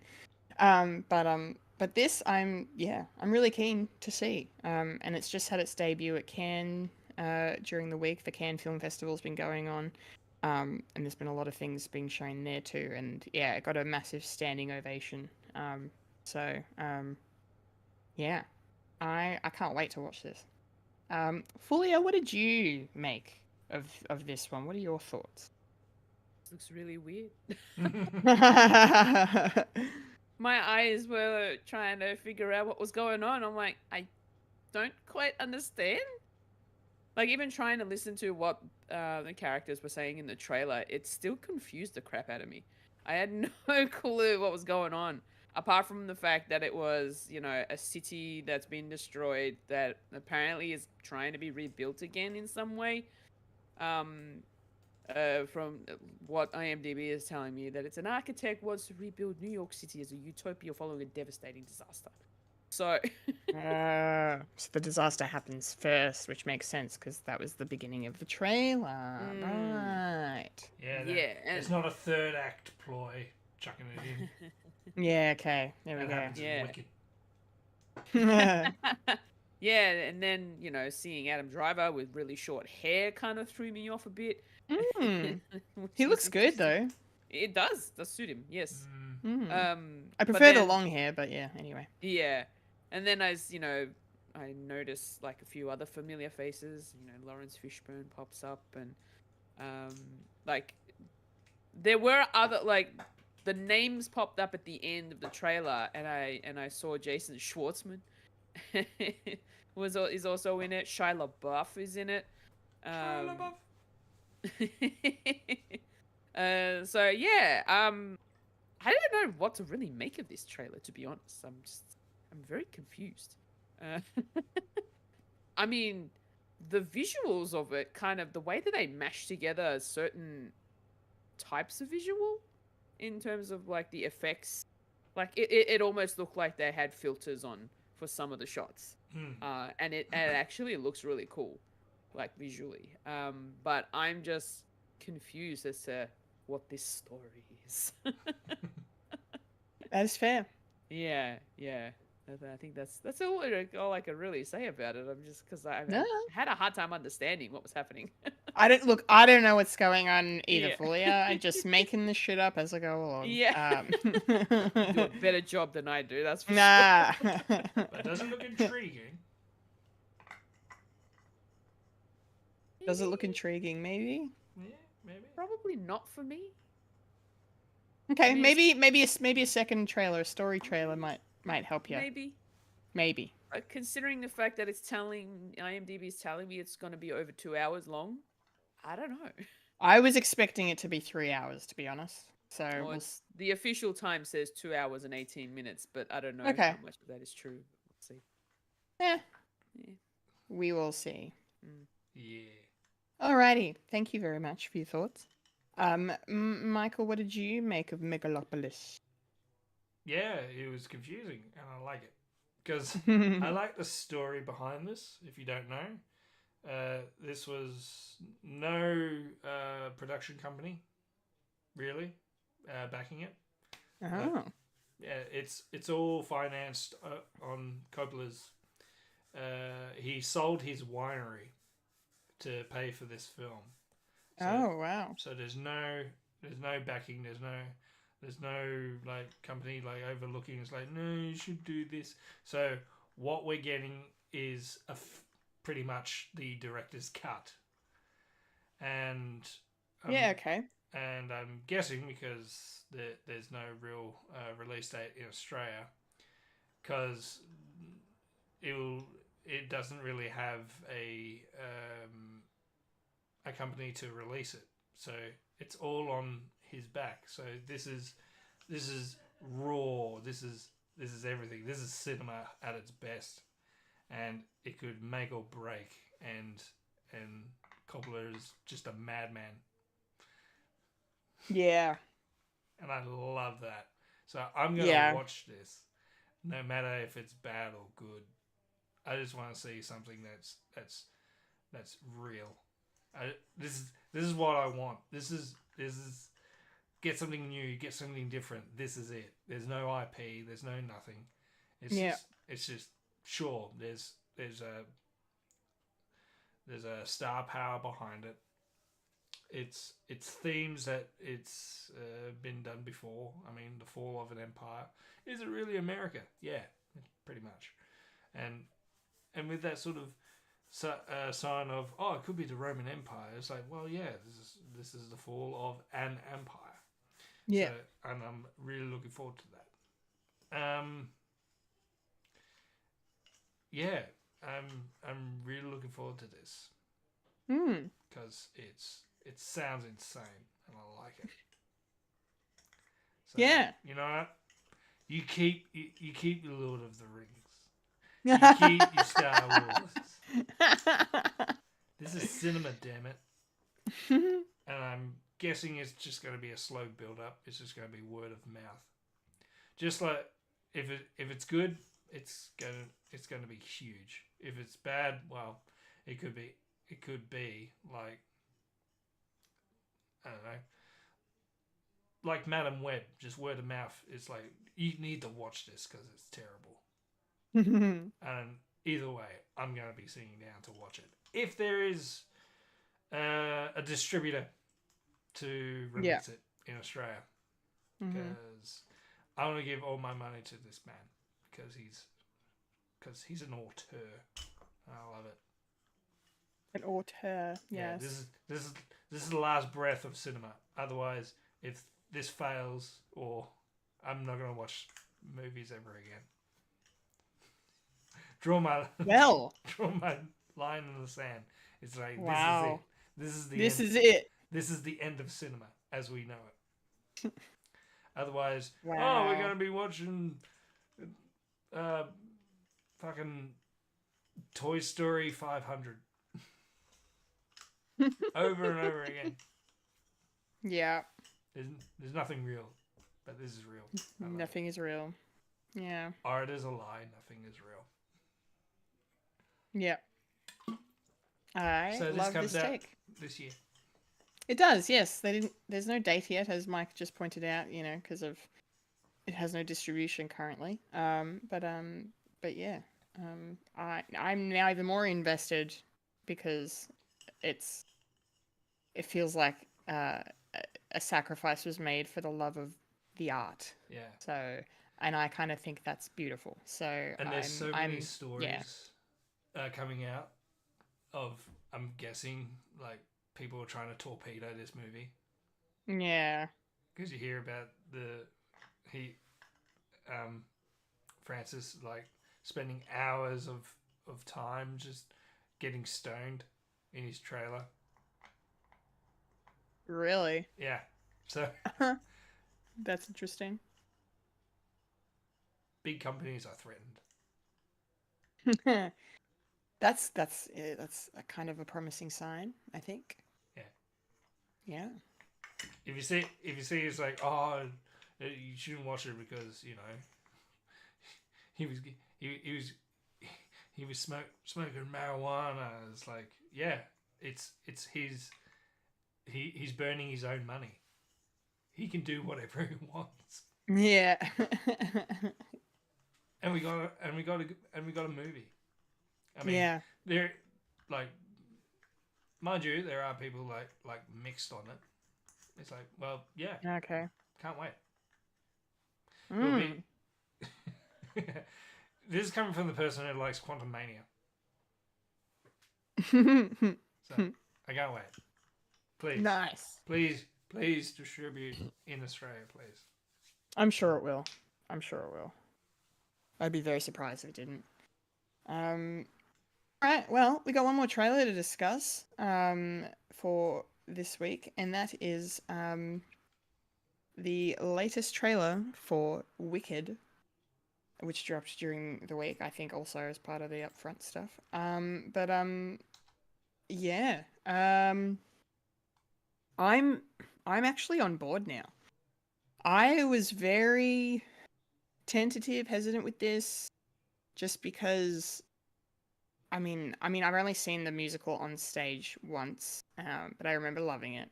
And it's so beloved and cherished amongst theatre people and just, I don't know, pop culture, I suppose. Like, as it exists as a stage production, Wicked is, like, lauded as one of the greatest ever.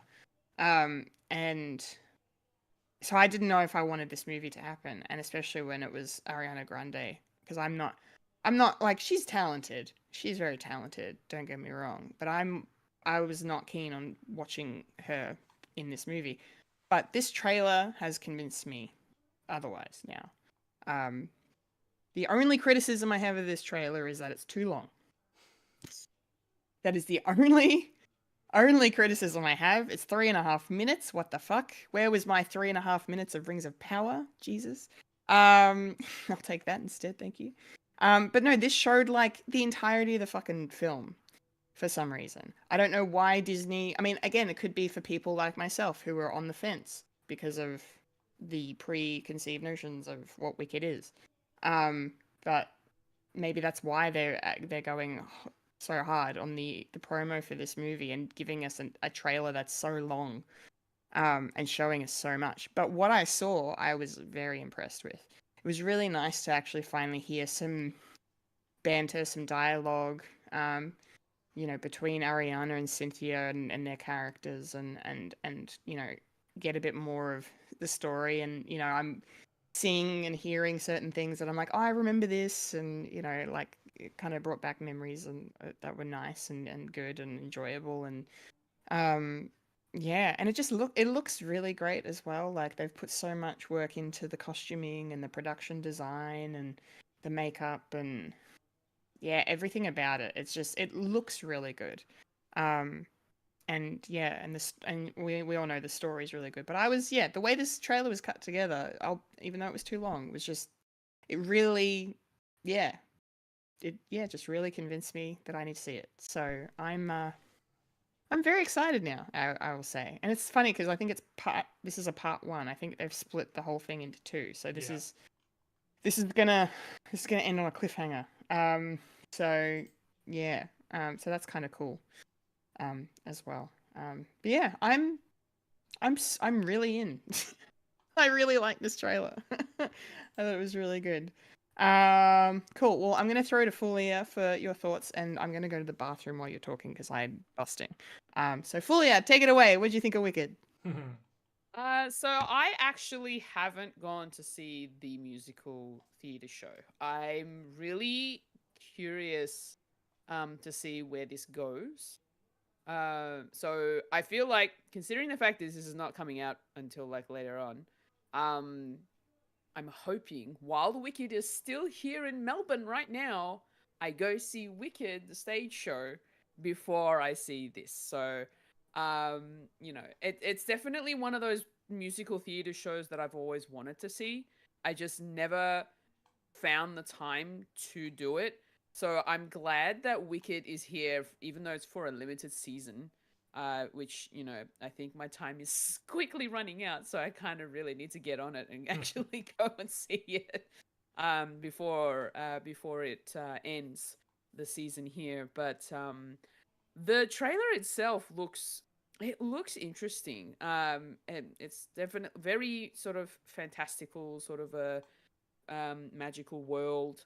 It almost as if looks like it's almost like the anime the anime stuff that I watched and when I mentioned at the start of the at the start of the episode today. It kind of reminds me of witches going to school and they're learning magic and all that sort of stuff. So I feel like it sort of automatically counts me to be in since since I'm already into that sort of stuff anyway. So I feel like, yeah, the fact that I've already I've watched a movie about a little witch. I'm watching a show about a little witches going to school. So I feel like this is a no-brainer. I think I'm definitely I'm gonna be seeing this particular movie. Yeah, I feel like I'm already in. Yeah. It's right up your alley. Yeah, Nice. pretty much. Yeah. But yeah, like I said, before the season ends, I need to go and watch the actual musical because it's running at the moment. So I need to find the time so I can go see it quickly before it runs out, so that I can then go into the movie with whatever kind of expectations I come away from the musical. So. We'll see what those expectations are because I feel like they're gonna be pretty high. Yeah. I have a suspicion it's gonna be high expectations. Yeah. Yeah. Nice. Well, I'm glad you're on board as well. That's awesome. Yeah. That is exciting. Mike, what did you think of this trailer for Wicked? Yeah, same. It was a little bit too long, and the story is pretty much straightforward, and we probably know what the story is going to be. This outcast, this green lady, Alpafafa,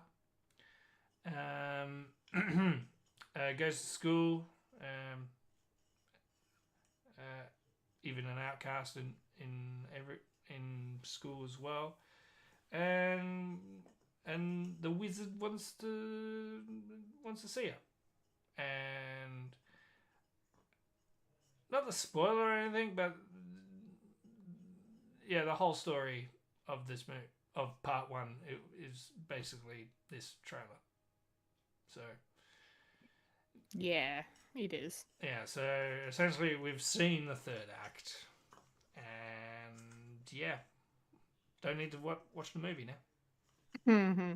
Because I've seen the stage show as well, way back when it came out for the first time in Australia, well, Melbourne specifically, and yeah, I'm sort of lukewarm with Wicked.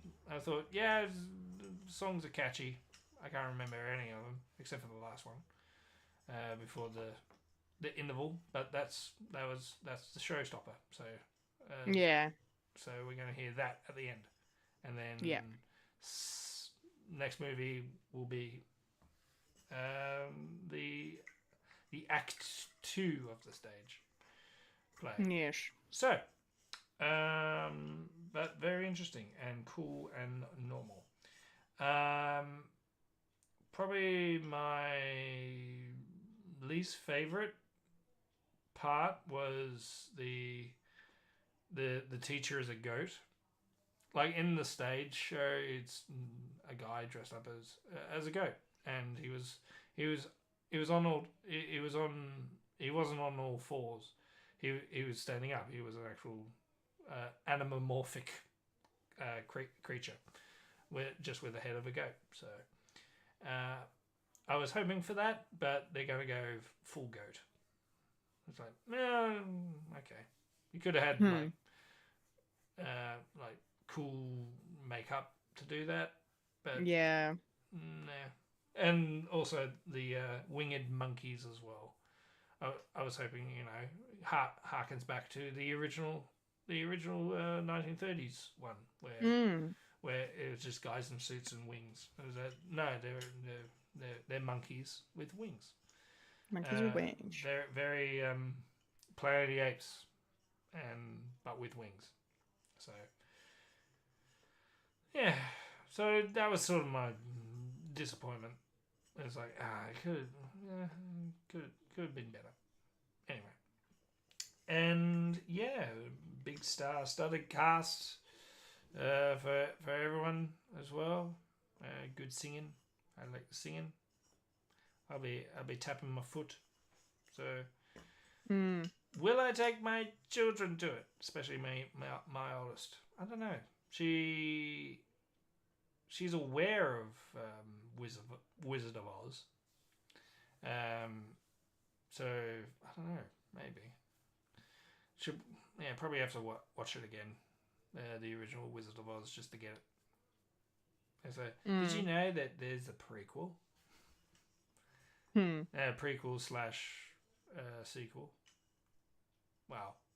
Prequel / turn the camera to the side. It's like, this is also happening at the same time. But spoilers for the second movie. Yeah. Anyway. Yeah. When's it coming out? Wicked is going to be in cinemas here in Australia on the 28th of November. Wicked. Wicked. Was it? Yeah, Wicked. Wicked, yeah. Nice. Alrighty. Trailer Park is done. Which means we're rolling out and jumping straight into a quickie review.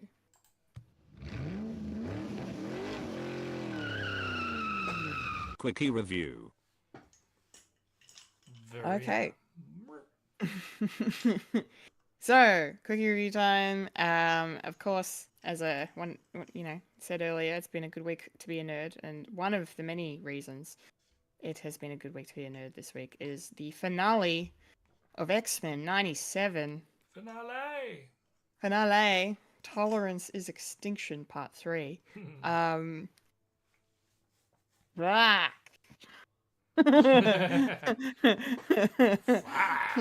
Fuck. That's my one word review. Yeah, it's a quickie review. In one word. In one word, yes. I can do better. Oh. No. What did Beast say? Oh dear. Oh dear. Yeah, they stuck the landing neatly and cleanly and beautifully with this. Yeah, crushed it, knocked it out of the park. Yeah, it was an intense 40 minutes. It was a longer episode this week. which was cool. And It yeah, didn't even feel that long. No. nah, it was paced so well. Yeah. Yeah. They did a fantastic job with it. Yeah, I loved all the stuff with Professor X and Magneto. Like that was so cool. Kind of feeling like they were drawing from obviously the comics, but parts of the more recent X-Men films. Like there was even an Easter egg in the episode to Ian McKellen and Michael Fassbender when they open the Magneto. They open the Magneto file, like the Avengers and the President or whatever, and you see like Ian redacted and Michael redacted on the list of names of aliases that he said. Not noticed that. I only saw it because the internet exists. Afterwards, I was Of looking course. up about it. Yeah, you miss. It's a blink and you'll miss it reference. Yeah. But I just thought I'd point it out because it was really cool. But yeah, so I loved that stuff, like the way they did the, all the Mind Palace fuckery, I guess, and the ending like, of Spotless Mind. Eternal Sunshine, Spotless Mind. Yeah. When he's definitely forgetting and everything's closing down. Yeah, like the waves outside the building that they're in, and I just really liked how it really drove home again just Charles's relentless faith in his friend and dedication to him. And the fact that he was willing to risk his own life to save Magneto was just very true to the character, and very, very awesome. So that stuff was great. And then but one of the moments that kind of choked me up a bit was the scene with Cable and Jean and Cyclops when they're saying goodbye. Fuck. I was like watching these last few minutes of this episode play out, and I'm just like, I'm looking at my friend who I was watching with. I'm like, are they going to kill them all? Are they going to die? Are they about to die? Like, what was happening? And it was just, it was very emotional. But they played that all really, really well. The stuff with Bastion got finished up quite neatly. I like the fact that in the end it came down to words to stop him. And how every one of the X-Men got a moment to shine against him. Like, I like how they gave Jubilee a little bit of a moment with him as well. That was cool. And then just the massive twist at the end with the team being, scattered through time, in the past and in the future, and confirmation that we are getting Apocalypse in season 2. So that's quite exciting. And then a little post-credit reveal scene to Gambit, I suppose. Oh, that was the other moment when Rogue came in and was like, his name is Remy, remember it. I was like, yes, Rogue, yes. The animation in this is fucking fantastic. Oh, yeah. So good. So good, yeah. Yeah, that was my favorite moment of the episode when she came in and fucking wailed into him, and it looked amazing, and just the payoff was so satisfying. I just pulled my own hair out. Yeah, it's great. It was a perfect finale. Yeah, I can't wait to see what they do going forward. I'm sure there's other bits and bobs I've forgotten about it because I'm very tired, as I've mentioned multiple times now. But I will throw to you, Fulya, for your thoughts on the finale. Crap. What a finale episode. Like, so much happened.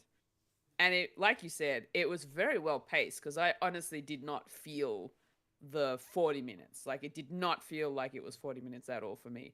And there was just like, there's a lot happening. There's been a lot being said.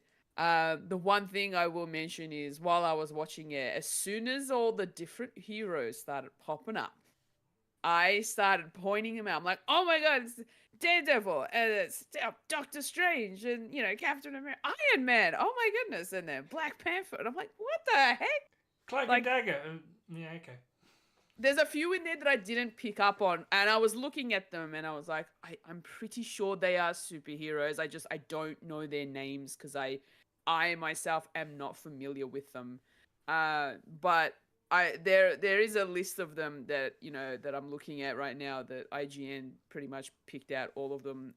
Captain America, Iron Man, T'Chaka's Black Panther, Daredevil, Cloak and Dagger, Doctor Strange, Silver Samurai, Omega Red, Dawn Star, Peter Parker, and Mary Jane Watson. And Cash at the back. They were all there, and it was great to see them in their animated forms. I think after literally I've been saying this in the last few weeks. Watching X-Men 97 has cemented the fact that I need to go back and watch the original 92 series of X-Men.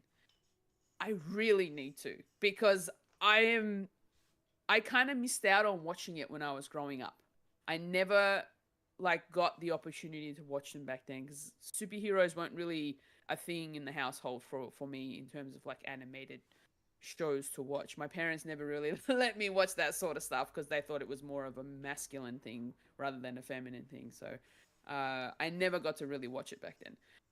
It's got chicks in it. But now, as an adult, I can actually do it myself. And I am... The other thing that I will say is, and it was pointed out to me by my PlayStation Drive co-host, that the X-Men original animated show wasn't really accessible up until now, in terms of it was only available if you had DVDs or or VHS back in the day. That was the only way you would have been able to watch it if you missed out watching it on TV as it was being aired, which for me that was the case. So now that it is available on Disney Plus, I am 100% going to dive into it once I get the opportunity to. So I'm really looking forward to actually going back and actually watching through the original animated series, just so that I can get an idea of everything that led up to the 97 point, essentially. This finale episode just really blew me away. I loved it. I really did. And the fact that they got split out into different times, half of them went into the back into ancient Egyptian times, and then the others went forward in time into space, and oh man, it's so cool. It is so cool. I honestly didn't recognize the character that we meet at the end, the one in ancient Egyptian time. But apparently they essentially come across what's his name? Apocalypse. But before Apocalypse. Before he was named Apocalypse, he had a different name. I'm just trying to remember. I think it's oh my goodness, where is it? Isaac, yeah. Oscar Isaac. Honestly, I would not be mad. I mean, you would be mad if you watched that movie, though. Yeah. So yeah. Speaking of which, I think the voice artist for Cable, it's sort of different from the original, and but in the 97 one, it sounds a lot more like Josh Brolin. Josh Brolin, yeah. Yeah. So we find out that his name, before he's known as Apocalypse, and Sabah Nur. Yes. So it's an Arabic name. Yes. And that loosely translates to the first one. Yes. Yeah. Nice. The first mutant. Yes. Yes. I did some googs. You did some googs. I did the googs. Yeah, you did the googs. So yeah, I'm very curious about this character. So now I want to learn more. Watch the movie. I am very much looking forward to this. Yes, good. I'm glad. It also sets up a lot for season 2. Yeah. Yes, yeah, a lot. Which is yeah, going to be really, really intense. So we'll see how I we think go. so. Yeah, fingers crossed. Yeah. Yeah, nice. All right, thank you very much, Fulia. Mike, how did the finale of X-Men '97 work for you? Oh, it was so good. So good. Just Yeah. all the loose tie-ins for the Bastion arc just fitted so neatly, and where characters were getting their own back. Like Rogue was especially one. I was there. It's like yeah, love it. And how it ended out of left field. I like that. It's like I didn't see that coming, and then the explanation of, oh, this is probably something to do with Apocalypse, and how they're going to do something like that. But sort of, I don't know, probably a retelling of the Apocalypse story, which they sort of did in the first season of the original. And yeah, and all the cameos because they own all those characters now, and they can put them all in one, and hopefully it'll lead to X-Men versus the Avengers. I would love to see that. And yeah, I did say that Gambit might be coming back, but I didn't expect them to. He'll be resurrected as a horseman. That is my theory. Yeah, that's a theory I saw as well. I don't want it. It's better than going back to Genosha and scaling that back. I think if you were going to bring back Gambit, this was probably fitted well, because people say it was like, oh, it sort of was hinted at when Xavier was before he knew what Genosha happened. He saw an image of Gambit, and he turned into a skeleton. So True. who knows? Well, he'll come back as a villain. I mean, look, I kind of am. The angst of that intrigues me. I still don't want it. You want the dead stay dead? Yeah, I wanted to say that as much as I love Gambit, yeah, but I do think your theory is probably gonna pan out. It seems like they might do that, but I'm just not sure if I want it. Yeah, I understand. But it is comic books we're talking about. This is true. No one ever stays dead. Yeah. So. Yeah. I will say probably my least favorite, dare I say. Like, I love every single minute of this. Probably my least favorite was the Phoenix Force Ex Machina.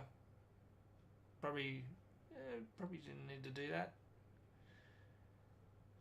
When Jean became the Phoenix. True. It's like, oh, she could tap into that. It's like, oh, okay. Yeah. Get out of jail free card, but don't make it a habit. Yeah. I kind of agree. Probably one gripe, and that was it. But otherwise, fantastic. And a great surprise. Definitely. Yes, Fulya. I will also say, the scenes we got with Xavier and Magneto in Magneto's mind, I felt like it was a really good sort of a metaphor for, I think it's like, was it like depression, or like the way that what Magneto was feeling, even though he forgot and he didn't want to remember. Like it was a definite source of, like, there's a mental health message there. Yeah. That really kind of hit me as well, to the point where it's like the fact that Charles was just trying to push him to move forward and to look ahead and to Not delve in the past. yeah, and not sort of like not to stay in the past and be upset about everything that's happened and be angry and all that sort of stuff. So Yeah. it was a really nice sort of a messaging in the way that was happening, to let the young generation know that, you know, it's okay to feel these feelings, but you will also need to find a way to move on from them. Yeah. Yeah. It's okay to have a past. Yeah, and just sort of like work through it. Like, it's always going to be there. You're not going to forget it, but just sort of work through it in a way that's going to make you sort of a better person. Yeah. Essentially. And just to keep going with your life. You don't have to be defined by your history, but you can learn from it. Yes, yeah, exactly. well said. Yeah. Yeah. Yeah, and being Magneto, being a Holocaust Yeah. survivor. Yeah. Yeah. And then, the constant bombardment of being the other. And I did like that sort of,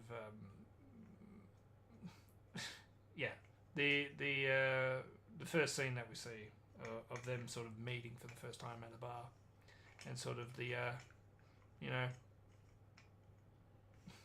gay undertones. Yeah, love it. It's like, mutants aren't real. Have you ever met one? I thought I was the only one. You know, meeting for the first time.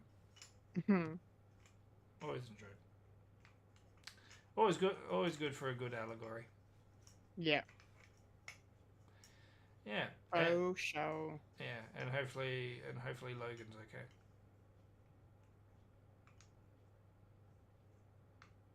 Hopefully he is, yeah. My God.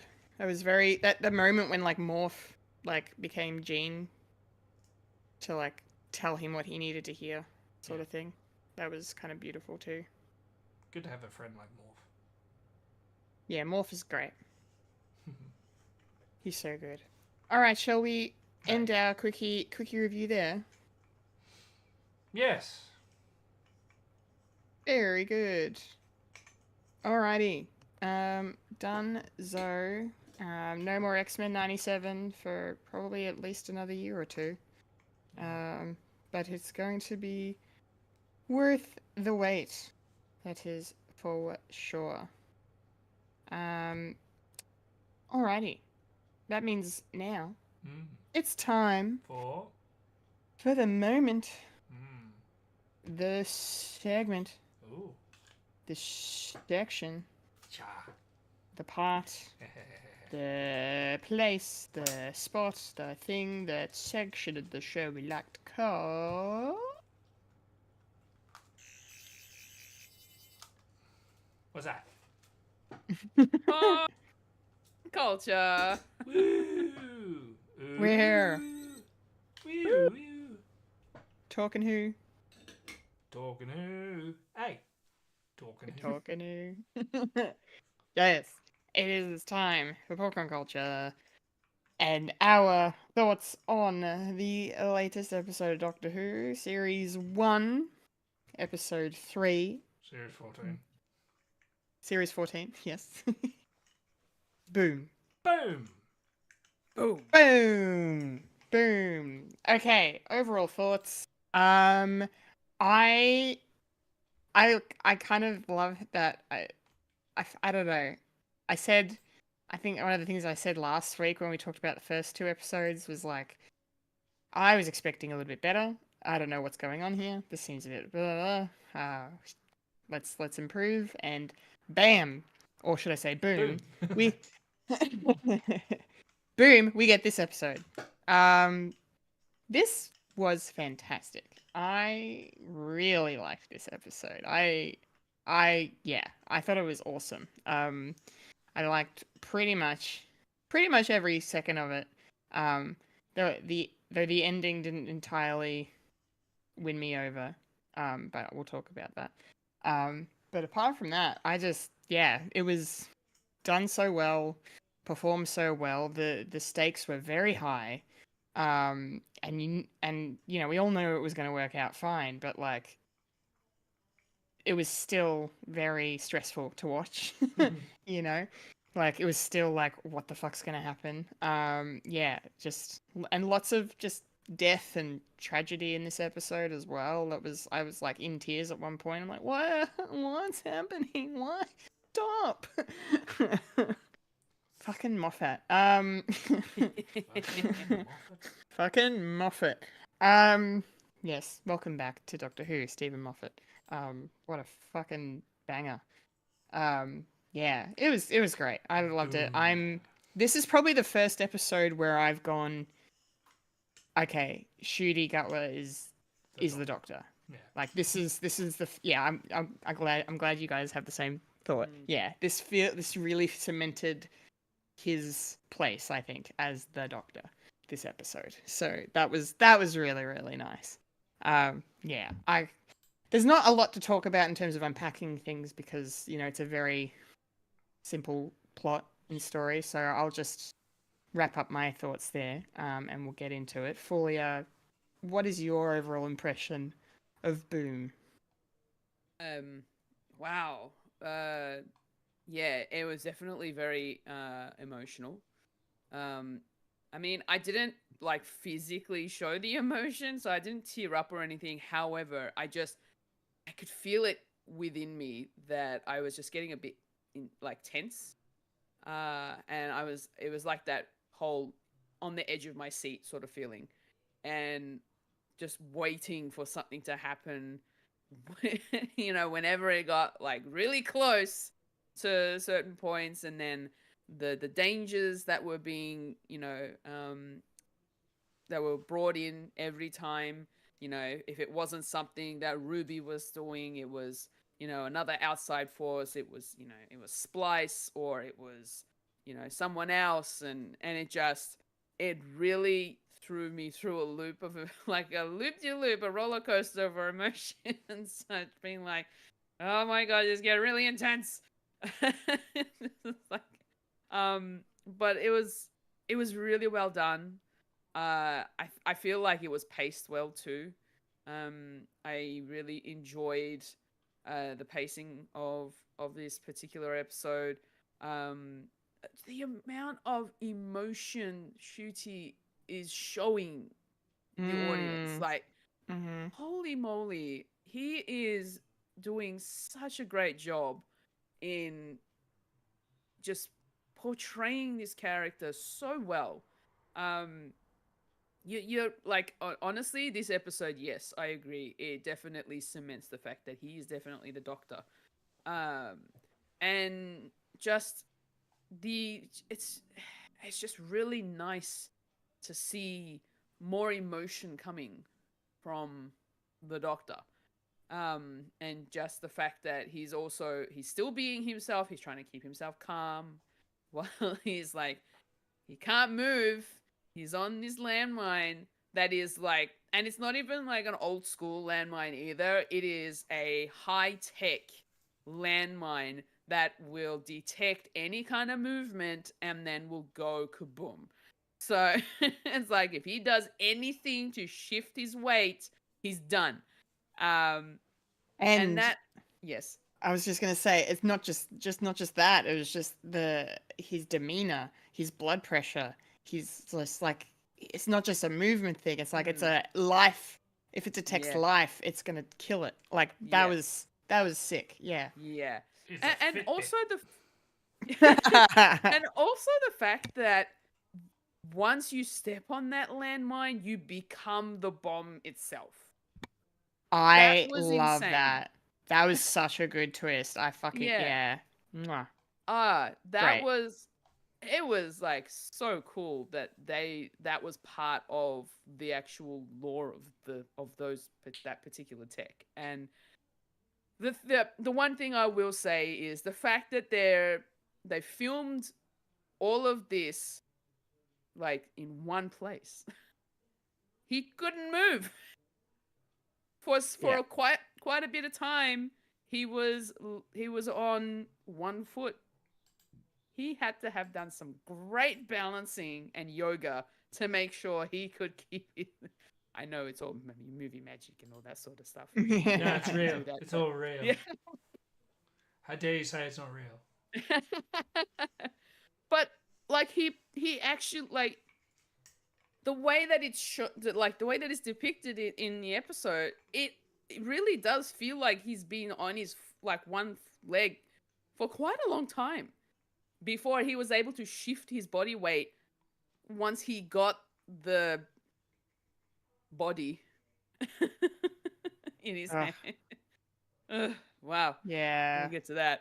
And yeah, just overall, this whole episode was real intense, full of drama and emotion, but it was really good. I really enjoyed it. Yeah. Nice. Yeah. All right. Resident Whovian Mike, what did you make of this one overall? Yeah, overall, yeah, it was a really good episode, and it definitely has benefits of the contrast between the other episodes as well, where this particular doctor does have like a plethora of emotions and how he's dealing with his surroundings as well. And yeah, this definitely cements that Shudigawa is the doctor. You have a couple of silly episodes.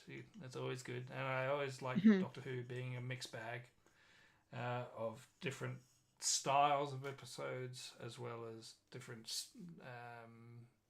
ways of storytelling as well. Like this in particular of being set as pretty much a play, as a bottle episode, and in one area it's all talky. It's not necessarily like big extravagant like things, even though apparently they actually used the volume in this episode. So, which makes sense because when you use the volume, it's very claustrophobic because. So the volume you can. It has its moments.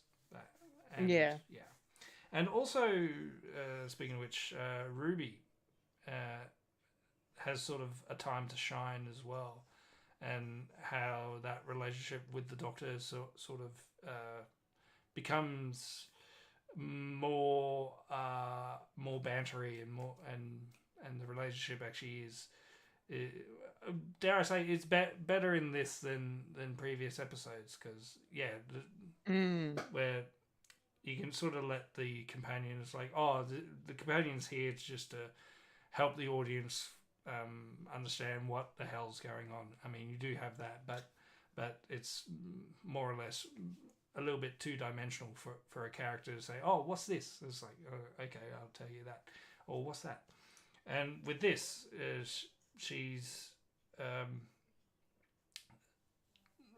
sort of on the same level as the Doctor, because the Doctor's been taken down a couple of pegs because he can't move. He can only talk, and he can only channel his own zen, as he says. He needs to get his zen on, and the relationship between Ruby and him is sort of cementing in this episode, and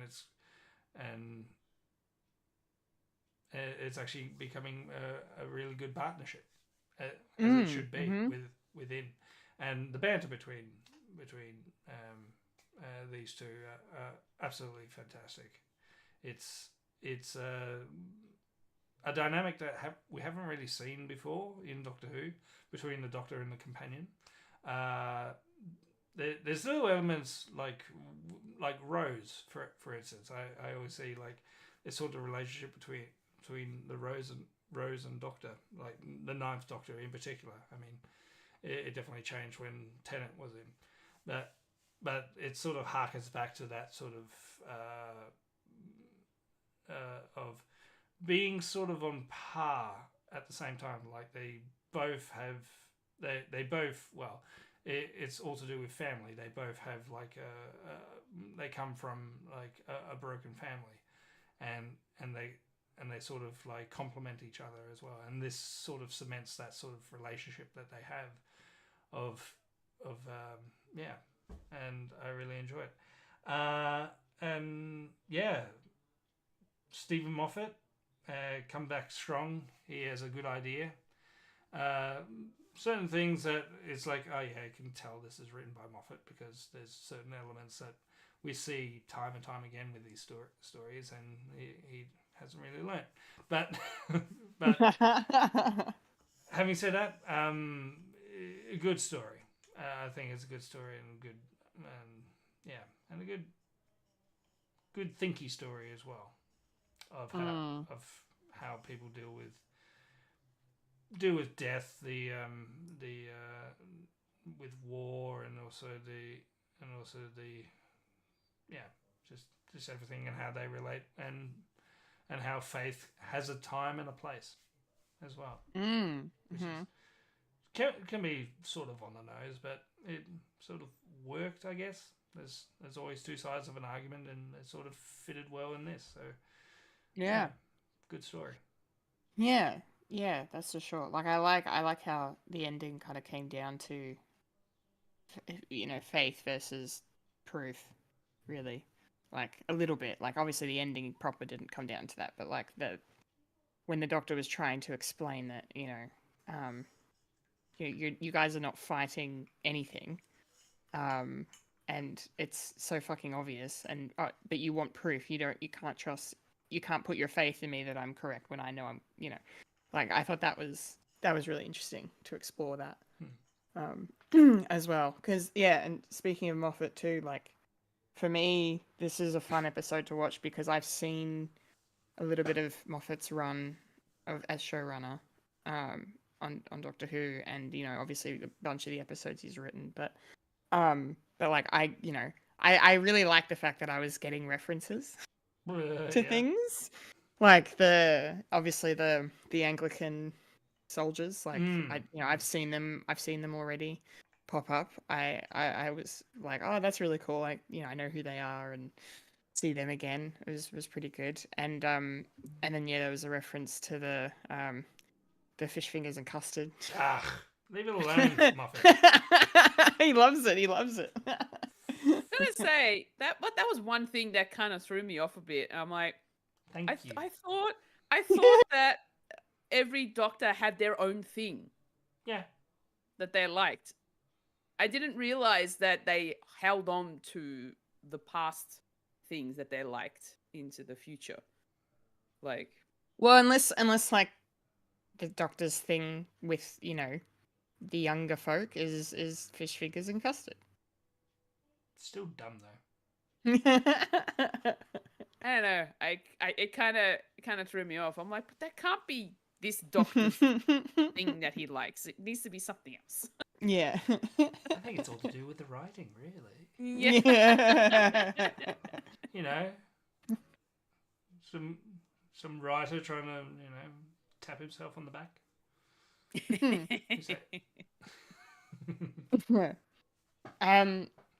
I wanted to talk a little bit about the tech in this episode. Like Fulya, you already mentioned it, and we kind of gushed a bit about these landmines and how like cool they are in terms of raising the stakes. They're not just regular landmines. There's twists upon twists with them, which is really cool and really well done. But I also really liked the whole ambulance thing and the algorithm that this company had that was, keeping the war going. Like that whole aspect of the story I found really, really interesting, and yeah, like it's kind of scary because it's I mean, it is true. probably something. It's It's something that could that like it actually happen, and like kind of does happen already. Capitalism and in war and profit, and weapons manufacturers and politicians, and the wrong people profiting off of people suffering. It's just so sci-fi holding up a mirror to society with that stuff. But I thought that was really, really clever, and it was But it was also interesting because, like, they just, for some reason, they just reminded me of Daleks, like the way they just rolled around slowly and, like, they had lights coming off of them and, Yeah. yeah. And then the other thing I wanted to mention that I kind of liked too, that was just really creepy, was just the way the bodies were put in Yeah. these tubes, tubes of gunky flesh, like And it was, eyeballs. and eyeballs. Yeah, that was Strasberg. that was yeah. That was a lot. That was a lot. Yeah. But I don't know. I really liked it as like a villain. Have we? Can I ask? It felt like this is the first time we've dealt with this. I can't remember the name of the company that it's called, but is it the first time we've dealt with them? Or are they in episodes I haven't encountered yet? Sort of. I've got the wiki here because Good. I'm cool like that. Smart. The Villain Guard company, well, military industrial complex allegory. It's first appears with the empty child, like that ambulance thing. It's sort of like it's technology within. And yeah. oh, hello. What's going on? Oh, please don't do this. Come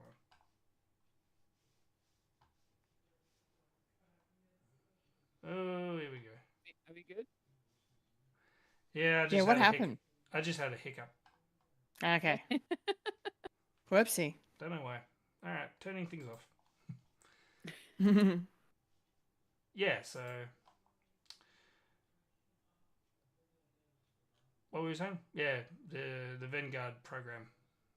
Yeah. Villain Guard or whatever. Yeah, Villain Guard. So another Moffat invention, because the empty child was one of his. Yeah. So yeah, right. What you know, Moffat. I'm surprised you didn't put any weeping angels in this. I also thought the use of thoughts and prayers in this was very clever. Oof. Yeah, very on the nose. Very on the nose, but I think it worked. Yeah. Yeah. Was it sharp prick or something like that? Or oh yeah, what was fuck, I can't remember what it was. Like sharp prick? Sharp cut sharp, or I can't remember. Yeah. I know what you're talking about. Yeah. Yeah. That it's like the warning, and then it just Stop. Yeah. Bang. Yeah. Yeah. Yeah. Fulya, did you have any other thoughts on the tech stuff? Yeah, look, those ambulances were just creepy as. I just Yeah, but you're right. Susan Twist is the lady. Yeah, we've seen her before. I was gonna say she looked familiar. Yeah. Would I know her? Sort of. Oh my god, no. Yeah. I didn't recognize her. What? Really? Yeah. I'm missing something. It's the woman that keeps on cropping up. That keeps popping up every episode. Yeah. Oh, you don't. Fulya. This her name, the actress' name is Susan Twist, because we don't know what the hell she's doing, but she's been cropping up since the Beyond Blue episode. Big Wild Blue Yonder. Wild Blue Yonder. Yeah. She was like the old lady that was talking to Isaac Newton way back when we discovered Mavity. Oh my gosh, my brain's not. That's right. And then in the Church of Ruby Road, she was in the audience she was in the audience when Ruby was playing in that band. She requested a song, and then okay, this is testing my memory too. in Space Babies, she was one of the crew that was giving out a message, and in the Devil's Cord, she was one of the tea ladies. Yes. And wasn't she also the neighbor who recognized the TARDIS? But No, I was didn't- wrong about that one. You were wrong about. So it's a different. Yeah, That's a different person. that's Okay. that's another mystery box. That's another mystery box. Yes. Okay. Okay. Yeah. Yeah. So that yeah. So that means there's something with her we're gonna find out about later on. yeah. Probably. Is she Ruby's mum? She probably could be connected to it. I would say Could be. maybe. I don't. Something to do with Mavity, I reckon. It And then all comes back to Mavity. and then we Yeah. discover what's going to happen, and the universe gets snapped back, and it's gravity again. Yeah. Yeah. Because Interesting. if you're going to write for Doctor Who, it's like, okay, you just got to make sure every time you mention gravity, it has to be Mavity. Mavity. We did get another reference to Ruby's snow. Yes. Which I thought was super cool. How it like was falling, and then as she was dying, it stopped in like mid descent, I guess. It froze. It froze. Tish. Well done, you guys. It was right there, and I didn't even see it. I am tired. Yeah. I thought that was a really cool visual, and yeah, also another way to be like, something's going on. Yeah. What is it? Something to do with Yeah. memory. Something to do with memory. Yeah. Mm. Well, speaking of characters appearing multiple Sorry, times. I want to talk about the tech. Oh, go. Sorry. Um, Go. Sorry, I'm just running on segues now. That's Go, right. please. Go. This whole story, Stephen Moffat has come out and said that this story is based upon one thing that happened in previous Doctor Who in the classic series, where Tom Baker's Doctor stepped on a landmine, and he had to get a companion to help him out. So he sort of expanded upon that. So that's where, yeah, That's cool. yeah. So Okay. Drawing from the classic stuff more than once now so far this season. That's pretty cool. yeah. Yeah, because we got another mention of, dads in this. The Doctor when he was talking to the AI. Yeah, when he said I'm a dad too, and it's like, Yeah. okay, Dad to dad. any proof? I know you're a grandfather because Susan has been mentioned before. Give us Susan. I want to see Susan. I want. Come on, Caroline. River. Ford, come back. River comes back. No, not River. Her storyline is over. Yeah, she's dead. We've seen her die, and we've seen her. Spoilers. Spoilers, sweetie. Spoilers, sweetie. Because I know where you're up to, Kendall. We haven't Yes. seen the origin of River Song.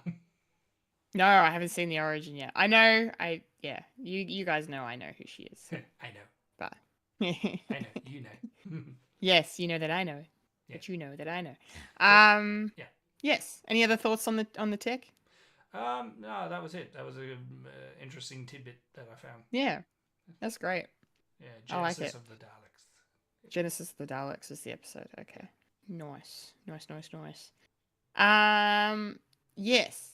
Well, yeah, characters that are popping up multiple times. I'm sure Michael's aware of this. But Fulya, I just read this before. I didn't realize. So, you know how we were introduced to this this Anglican soldier called Mundy? She was really cool. Yeah. Did you recognize her at all? Should I? Yeah. Well, she was from technically, Andor. technically no. Yeah, she's in Andor, but you haven't seen her in Doctor Who yet. But that is oh god, I'm gonna get her name wrong. Varada Sethu, who's going to be joining the show as a companion next season. Oh. So we talked about her. Yeah, she was announced officially like Okay. only a Okay. few weeks ago. I don't remember. Yeah, that's Actually, why. no, I remember the announcement of the second, like Yeah. in the second season, that there's Yes. going to be a second companion. I just Yes. did not click that it was her. Yes, yeah, well, neither did I. And I've, Yeah. seen the actress and stuff before, and I seem to have a photographic memory when it comes to, famous faces for some Yep. reason. But even yep. I didn't recognize who she was. And then when I was looking it up on IMDb, I was like, wait a second, I know that name. And I was like, holy shit. Okay, so she's So Doctor's going back for her? I don't know. We I don't don't know know. if it's the original character or not. Mm. That's because that's the other thing I read was that she could be playing this character as just a one-off and then coming back in a similar fashion to apparently Clara. Jenna Yeah. Coleman first appeared as a different character, is what I've read before she was introduced as Clara. Is that Well, a little not bit to get in the weeds of it, but she's she's sort of the same character, but not the same character. interesting. Yeah. Boy, dude. Well, it's hard to explain it. Yeah, Because I would be lying if I say, no, it's a different character. yeah. And I would be lying if I say, no, it's the same character. Because that's I know of this episode, right? It's the episode where well, I know Jenna's character dies at the end, but it's something to do with like there's a time thing or like they run out of time or something, or She's impossible. and then yeah, he Possible girl. he tells her to she tells him to remember her or something, or something like that. I think I've read things or seen Alright, things. I don't know. it'll come up. It'll all make sense shortly, I'm sure. But anyway, so she dies, whereas here Mundy makes it out. So there's a difference there. So there's every chance that she could be returning as Mundy Flynn. Like, she was a good character. I liked her. And I loved the whole. I feel like they foreshadowed it because like the Doctor has that moment of like Sunday Monday. And he's like, can you guys. You guys should get married so that I can just, laugh all the time at your name. Which I thought was kind of cute. He said that. But yeah, Mind you, I don't know. he was in great peril and he wasn't really thinking right. Yeah, true. Yeah. True. But it was, I don't know. But yeah, it was cool to see her in this, and yeah, that fucking scene where, her friend confesses his feelings for her and then immediately dies. I was like, oh, we're tearing hearts out. Great. Awesome. That was not cool. I was not happy about that. No, Yes. neither was I. Yeah, Fulya, tell me your thoughts.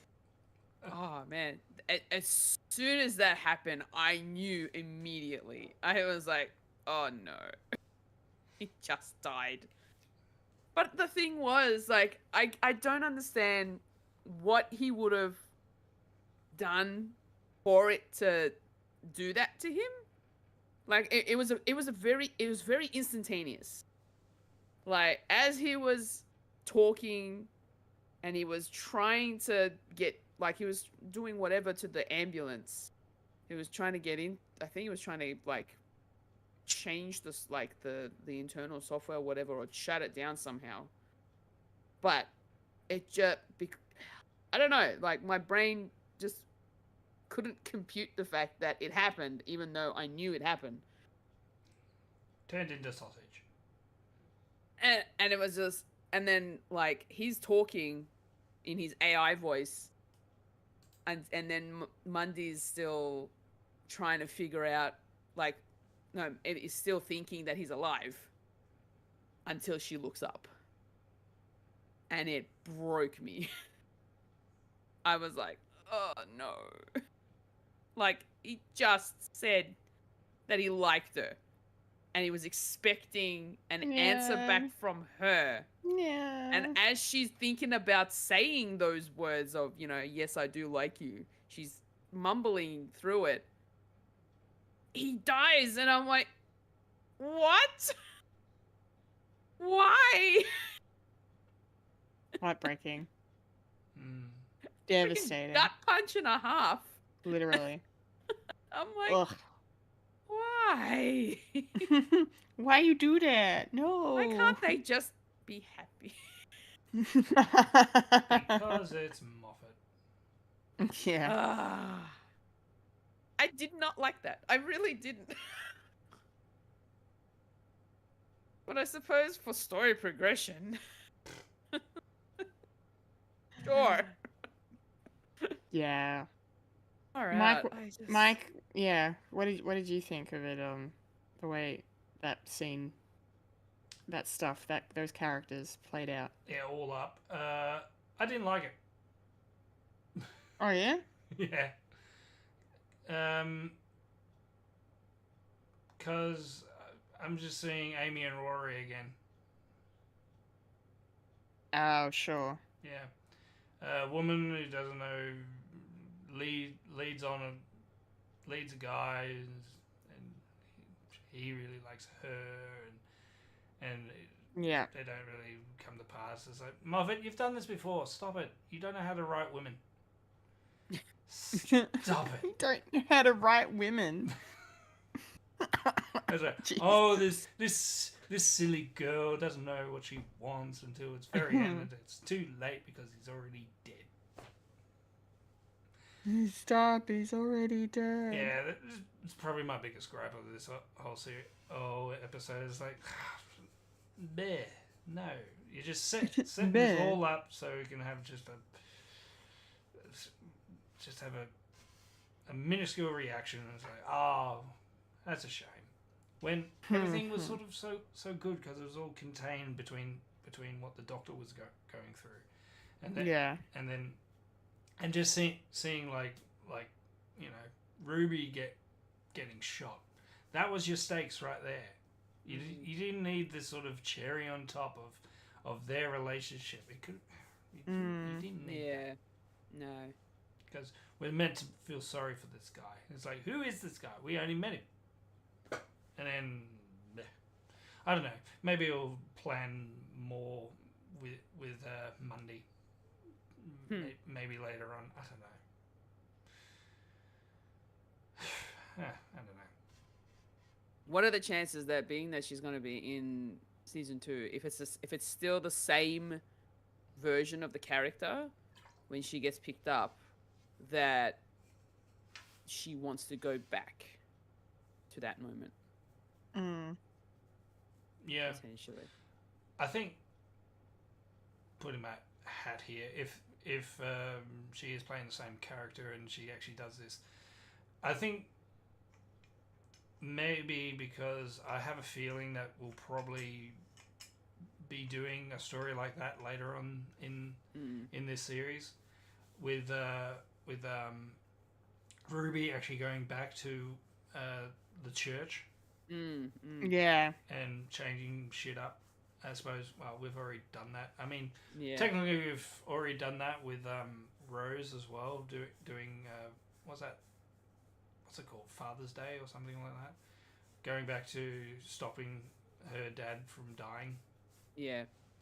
So, I don't know, it's sort of already been done. I mean, Doctor Who's been doing the same things over and over, so I understand that, but I don't. If they do that, it's like, no, I don't want that. Don't like it, and I wouldn't recommend this episode. That sort of thing. But if it's the same character and we get to see her struggle with a sort of weird relationship, and then she sort of learns from that, then sure, it's a jumping off point for her having like a relationship with another person, like romantically. Then yeah, but otherwise it's just a story to say, hey, feel sad now. Okay, I feel sad that you can't write. Anyway. Yeah, Okay. I love Moffat like riding his crutch like every time. You know what to expect from Stephen Moffat. Yeah. Yeah. Which I don't know if that's a good thing or a bad thing. You know, every writer has their own quirks. This is true. I mean, I like I like Stephen King, even though he's got the same themes and niches every time. It's like I see the same thing. Oh, he's a writer, is he? And he's dealing with his inner demons as well. Okay, cool. Cool. I want to talk about the ending. So I really liked the moment, and I mentioned it before. I really liked the moment where the Doctor kind of introduced this idea of, you know, you're fighting yourselves, right? And we're running out of time here. I'm about to blow up and destroy fucking everything here. The only way for this to be avoided is if you surrender. And I really fucking liked that. I thought that was very clever. And it made sense. It fit in with everything. I was like, let's do that. That makes a lot of sense. And then the whole discussion about, proof versus faith and all of that stuff, and then leading into the, John Francis Vater's AI going into the, what was it? Villa what? I've forgotten the name already. Villagard or whatever. Yeah, going into their system to find the proof, right? I loved that. I thought that was great. I was here for it. And then they Deus Ex Machina'd the fuck out of it by just making, the AI, our buddy Vader's just gone in and, he managed to find a way to just bring the whole system down and save the day that way. And I was like, yeah, you were this close. Yeah. You were this close. I don't know. It didn't work for me. I didn't like it. I was like, the everything before that was kind of philosophical and a little profound in some ways, and just kind of, it's always cool when you can. It's like with X-Men, like, when you can use, and Loki, I guess, you can use words to resolve a conflict, or use something else, something a bit thinky to solve your problem. I just thought that was really cool. And then they were just like, oh, okay, well, actually, it's this. And it's not a terrible ending by any stretch, but I don't know. I felt like it was going in one direction, and then it just veered off into, cool, let's put a sticker on it and move on. It's done. I don't know. What did You are a Doctor Who fan. Yay! It's official. That's a nice thing to say. Thank you. I'm officially a fan now, guys. It was great until up to this point, and didn't quite land. The landing did not stick. I don't know. Okay. What do you mean Martha went around the world in a year, and all they have to do is like believe in the Doctor, believe. Yeah. God damn it. God damn it. Okay. And then they changed it, and it didn't matter. It didn't matter, no. They changed the time, and it didn't matter. Yep. Not great. Cool. Maybe I'm not the only one that felt this way about it. I don't know. Fully, what did you make of the ending? Yeah, it was interesting that they decided to go that route. I was kind of like, oh, okay, cool. So you have to speak to the AI, like, emotional side. And it's just like the way that it's like, okay, cool. This person is telling me that I need to do something. I'm gonna go and have a look and see what I can do about it. And then, but like, it also then kicks in this firewall, quote unquote, in the system where it brings all of the other ambulances to this one place, which was a bit, freaky. Yeah. Ambulances are trying to kill you. Prayers. Yeah. Thoughts and prayers. And yeah, it was like, yeah, no, you're right, Kendall. It was like they got there and then they just went, no, we're just gonna go the easy route. Yeah, right? Yeah, yeah. And then it kind of, I don't know, ruined the. I wouldn't say the flow of it all, but it was more of the like. I don't know. You had this like emotional sort of intense feeling. But like if I wish there was like a maybe a another way that they could have stopped this from stop this from happening rather than just an AI just going into the system and shutting it down. It just seemed a bit too easy. Yeah. Yeah. Yeah, right? Yeah. I don't know. Maybe it's just the tech in that time on that planet is just so advanced that that's all it takes, you know. But in terms of story writing, it just it kind of cheapens the Yeah. it kind of cheapens the episode's ending essentially. Is kind of where I'm getting at. Where I'm getting at. Yeah. Yeah. No, that's Yeah. definitely, yeah, that's a fair statement. Yeah. All right, Mike, what did you think of the ending? Tell you the truth, I didn't really mind it. Okay. Well, not to be that guy, but a father doing what they can to save their daughter. You know, I felt seen. So Yeah, I mean that was nice. And how cheesy it was. Yeah, I get it. And that was nice. Yeah, the ongoing themes is like, yeah, this is really good, and then the sharp turn is like, oh, this is how we solve the problem. It's like kiss, sweet, okay.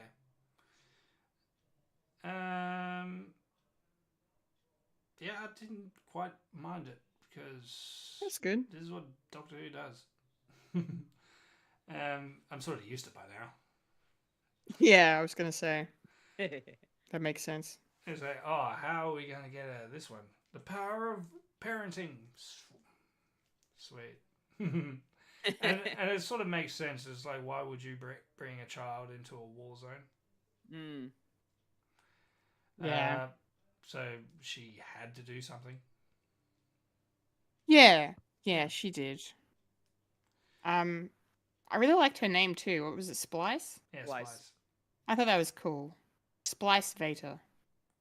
It's a very cool name. Splice. Yeah.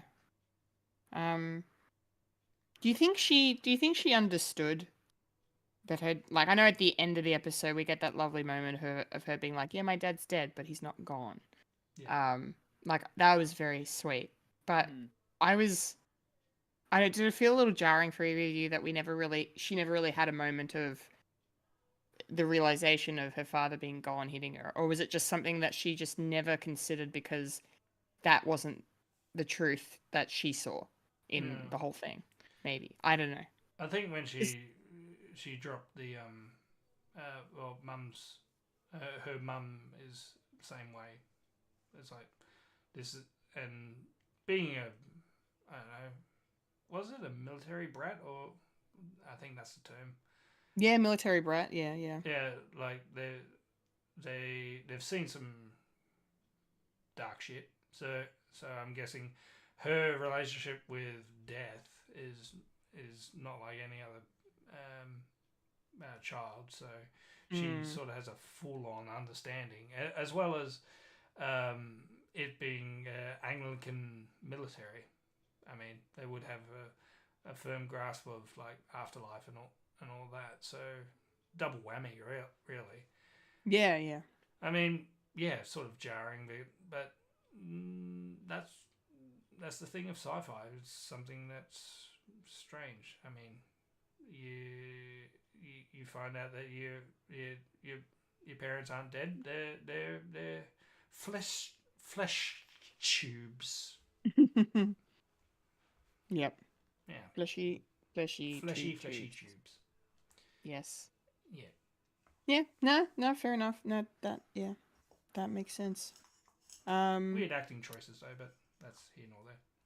Yeah, I think maybe that's what it partly could have been. I'm is gonna sit the- down and see some photos. Mm. Good. Okay. Yeah, she was, yeah. Also, she kind of reminded me of young Leia from Obi-Wan. Like, just in the outfit and her hair and... Well, her last name is Vader. One letter off. Yeah, one letter off.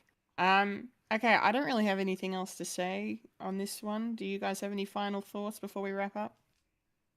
No. And no theories either. No theories. No, not yet. Hmm. Well, next week is, what is it, 78 yards.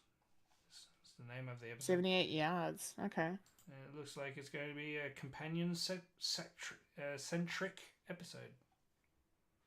Oh, so a Ruby. Oh yeah, because we got the teaser, obviously, yeah, duh. And it looks like it's set 73 yards.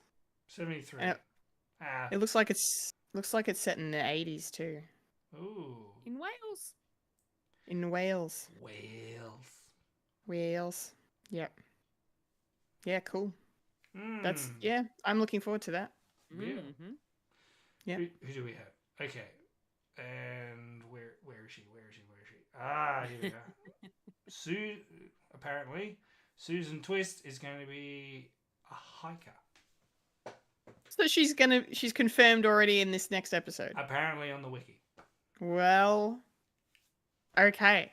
Something's so look going out on. for the hiker, because they're always the killer. Or get killed. I don't know. Yeah. In the marsh. I'm In the marsh. gonna call it that we're gonna find out she's either the mum or the grandmother or something. Yeah. I feel like. Yeah, maybe. Yeah. It's definitely possible. I've got no ideas to offer, so there are no wrong answers at this point. Oh, nah. Ooh. Spoiler alert for Clara. The older version of Clara. No. The older version of Clara. She's still going around. I mean, yeah. Yeah. What's going to happen there? What is going to happen there? Who knows? Yeah. We know, but you don't, Kendall. I don't know. No. No, not yet. Awesome. All right. Cool. Let's end it there, shall we? Yes. It's time to go home. Time to go to bed. All right. That's Popcorn Culture. Talking Who. Our thoughts on episode 3 of the latest season. Boom. That was a good chat. I hope you guys enjoyed it. I know I did. And if you made it this far at almost 3 hours long, well done. Yeah, thank you. Thank you. If you've stuck with us until now, we appreciate you Yes. more than everybody else. Because you are the best. Yes. Yes. Thank you very much. Check it out. I'm Generation Z. Woo. I can do the heart thing that way. It looks like a face hugger. It's... I don't know why they do that. It's the new... Yeah, I know. Just do it like... Do anyway. it normal. Do it normal. You young Jesus. whippersnappers and your weird fingers. Yes. Yes, bloody zoomers. Anyway, it's fine. Before we go though, Fulya has something to announce to mention. What would that be? Yes, a little Fred plug here. Well, we all know that last week Eurovision Song Contest happened. So during the past week, and when I say we, I mean Kendall, Wayne, and I came together to record our annual Eurovision wrap-up podcast. So look forward to that, hopefully coming out this week. Yes. It is in post-production at the moment, so look forward to listening to that. Keep an eye out on your feeds. Yes, please do. Please do. And leave us your thoughts and tell us why you thought Croatia should have won. Not biased at No. all. Not biased at all. Not biased at all. No. I do. I love Nemo. I've come around on Nemo. They are great. They are very Yes. great. Yes, Yeah, yes, very yes. awesome. They are very awesome. Alrighty. Well, thank you, Fulya, for mentioning that. And that brings us to the end of the show. We're done. Yes. Which means a 1, a 2, a 3, And and that that was a was podcast podcast called called Fred. Remember to follow us on Facebook, Instagram, and Twitter for the latest Fred content. If you'd like to listen to Fred the Alien, you can find us on SoundCloud, Spotify, or Apple Podcasts. If you'd like to watch Fred the Alien, you can head over to youtube.com/Fred the Alien Productions. And if you're watching us right now, make sure to like the video, subscribe to the channel, hit that bell icon to be notified of future goodness. And if you're watching us live over on Twitch right now, we'd really appreciate it if you gave us a follow, twitch.tv/Fred the Alien Twitch. Ooh, I've been a Kendall Richardson. I've been a Fulya and And I've been the man with the mind, so many minds, filled with Michael. And you just just experienced a a podcast podcast called Fred. Fred. Remember to eat beef. Remember, Freddy lives, Loki dies, the Doctor is in, and see you next year. Doo-doo. Yes. Apocalypse. Apocalypse. Remember to look after yourself and your mental health. Yes, please do. Thank you for watching. Thank you for listening. Laters, gators. And Sheen. Nah.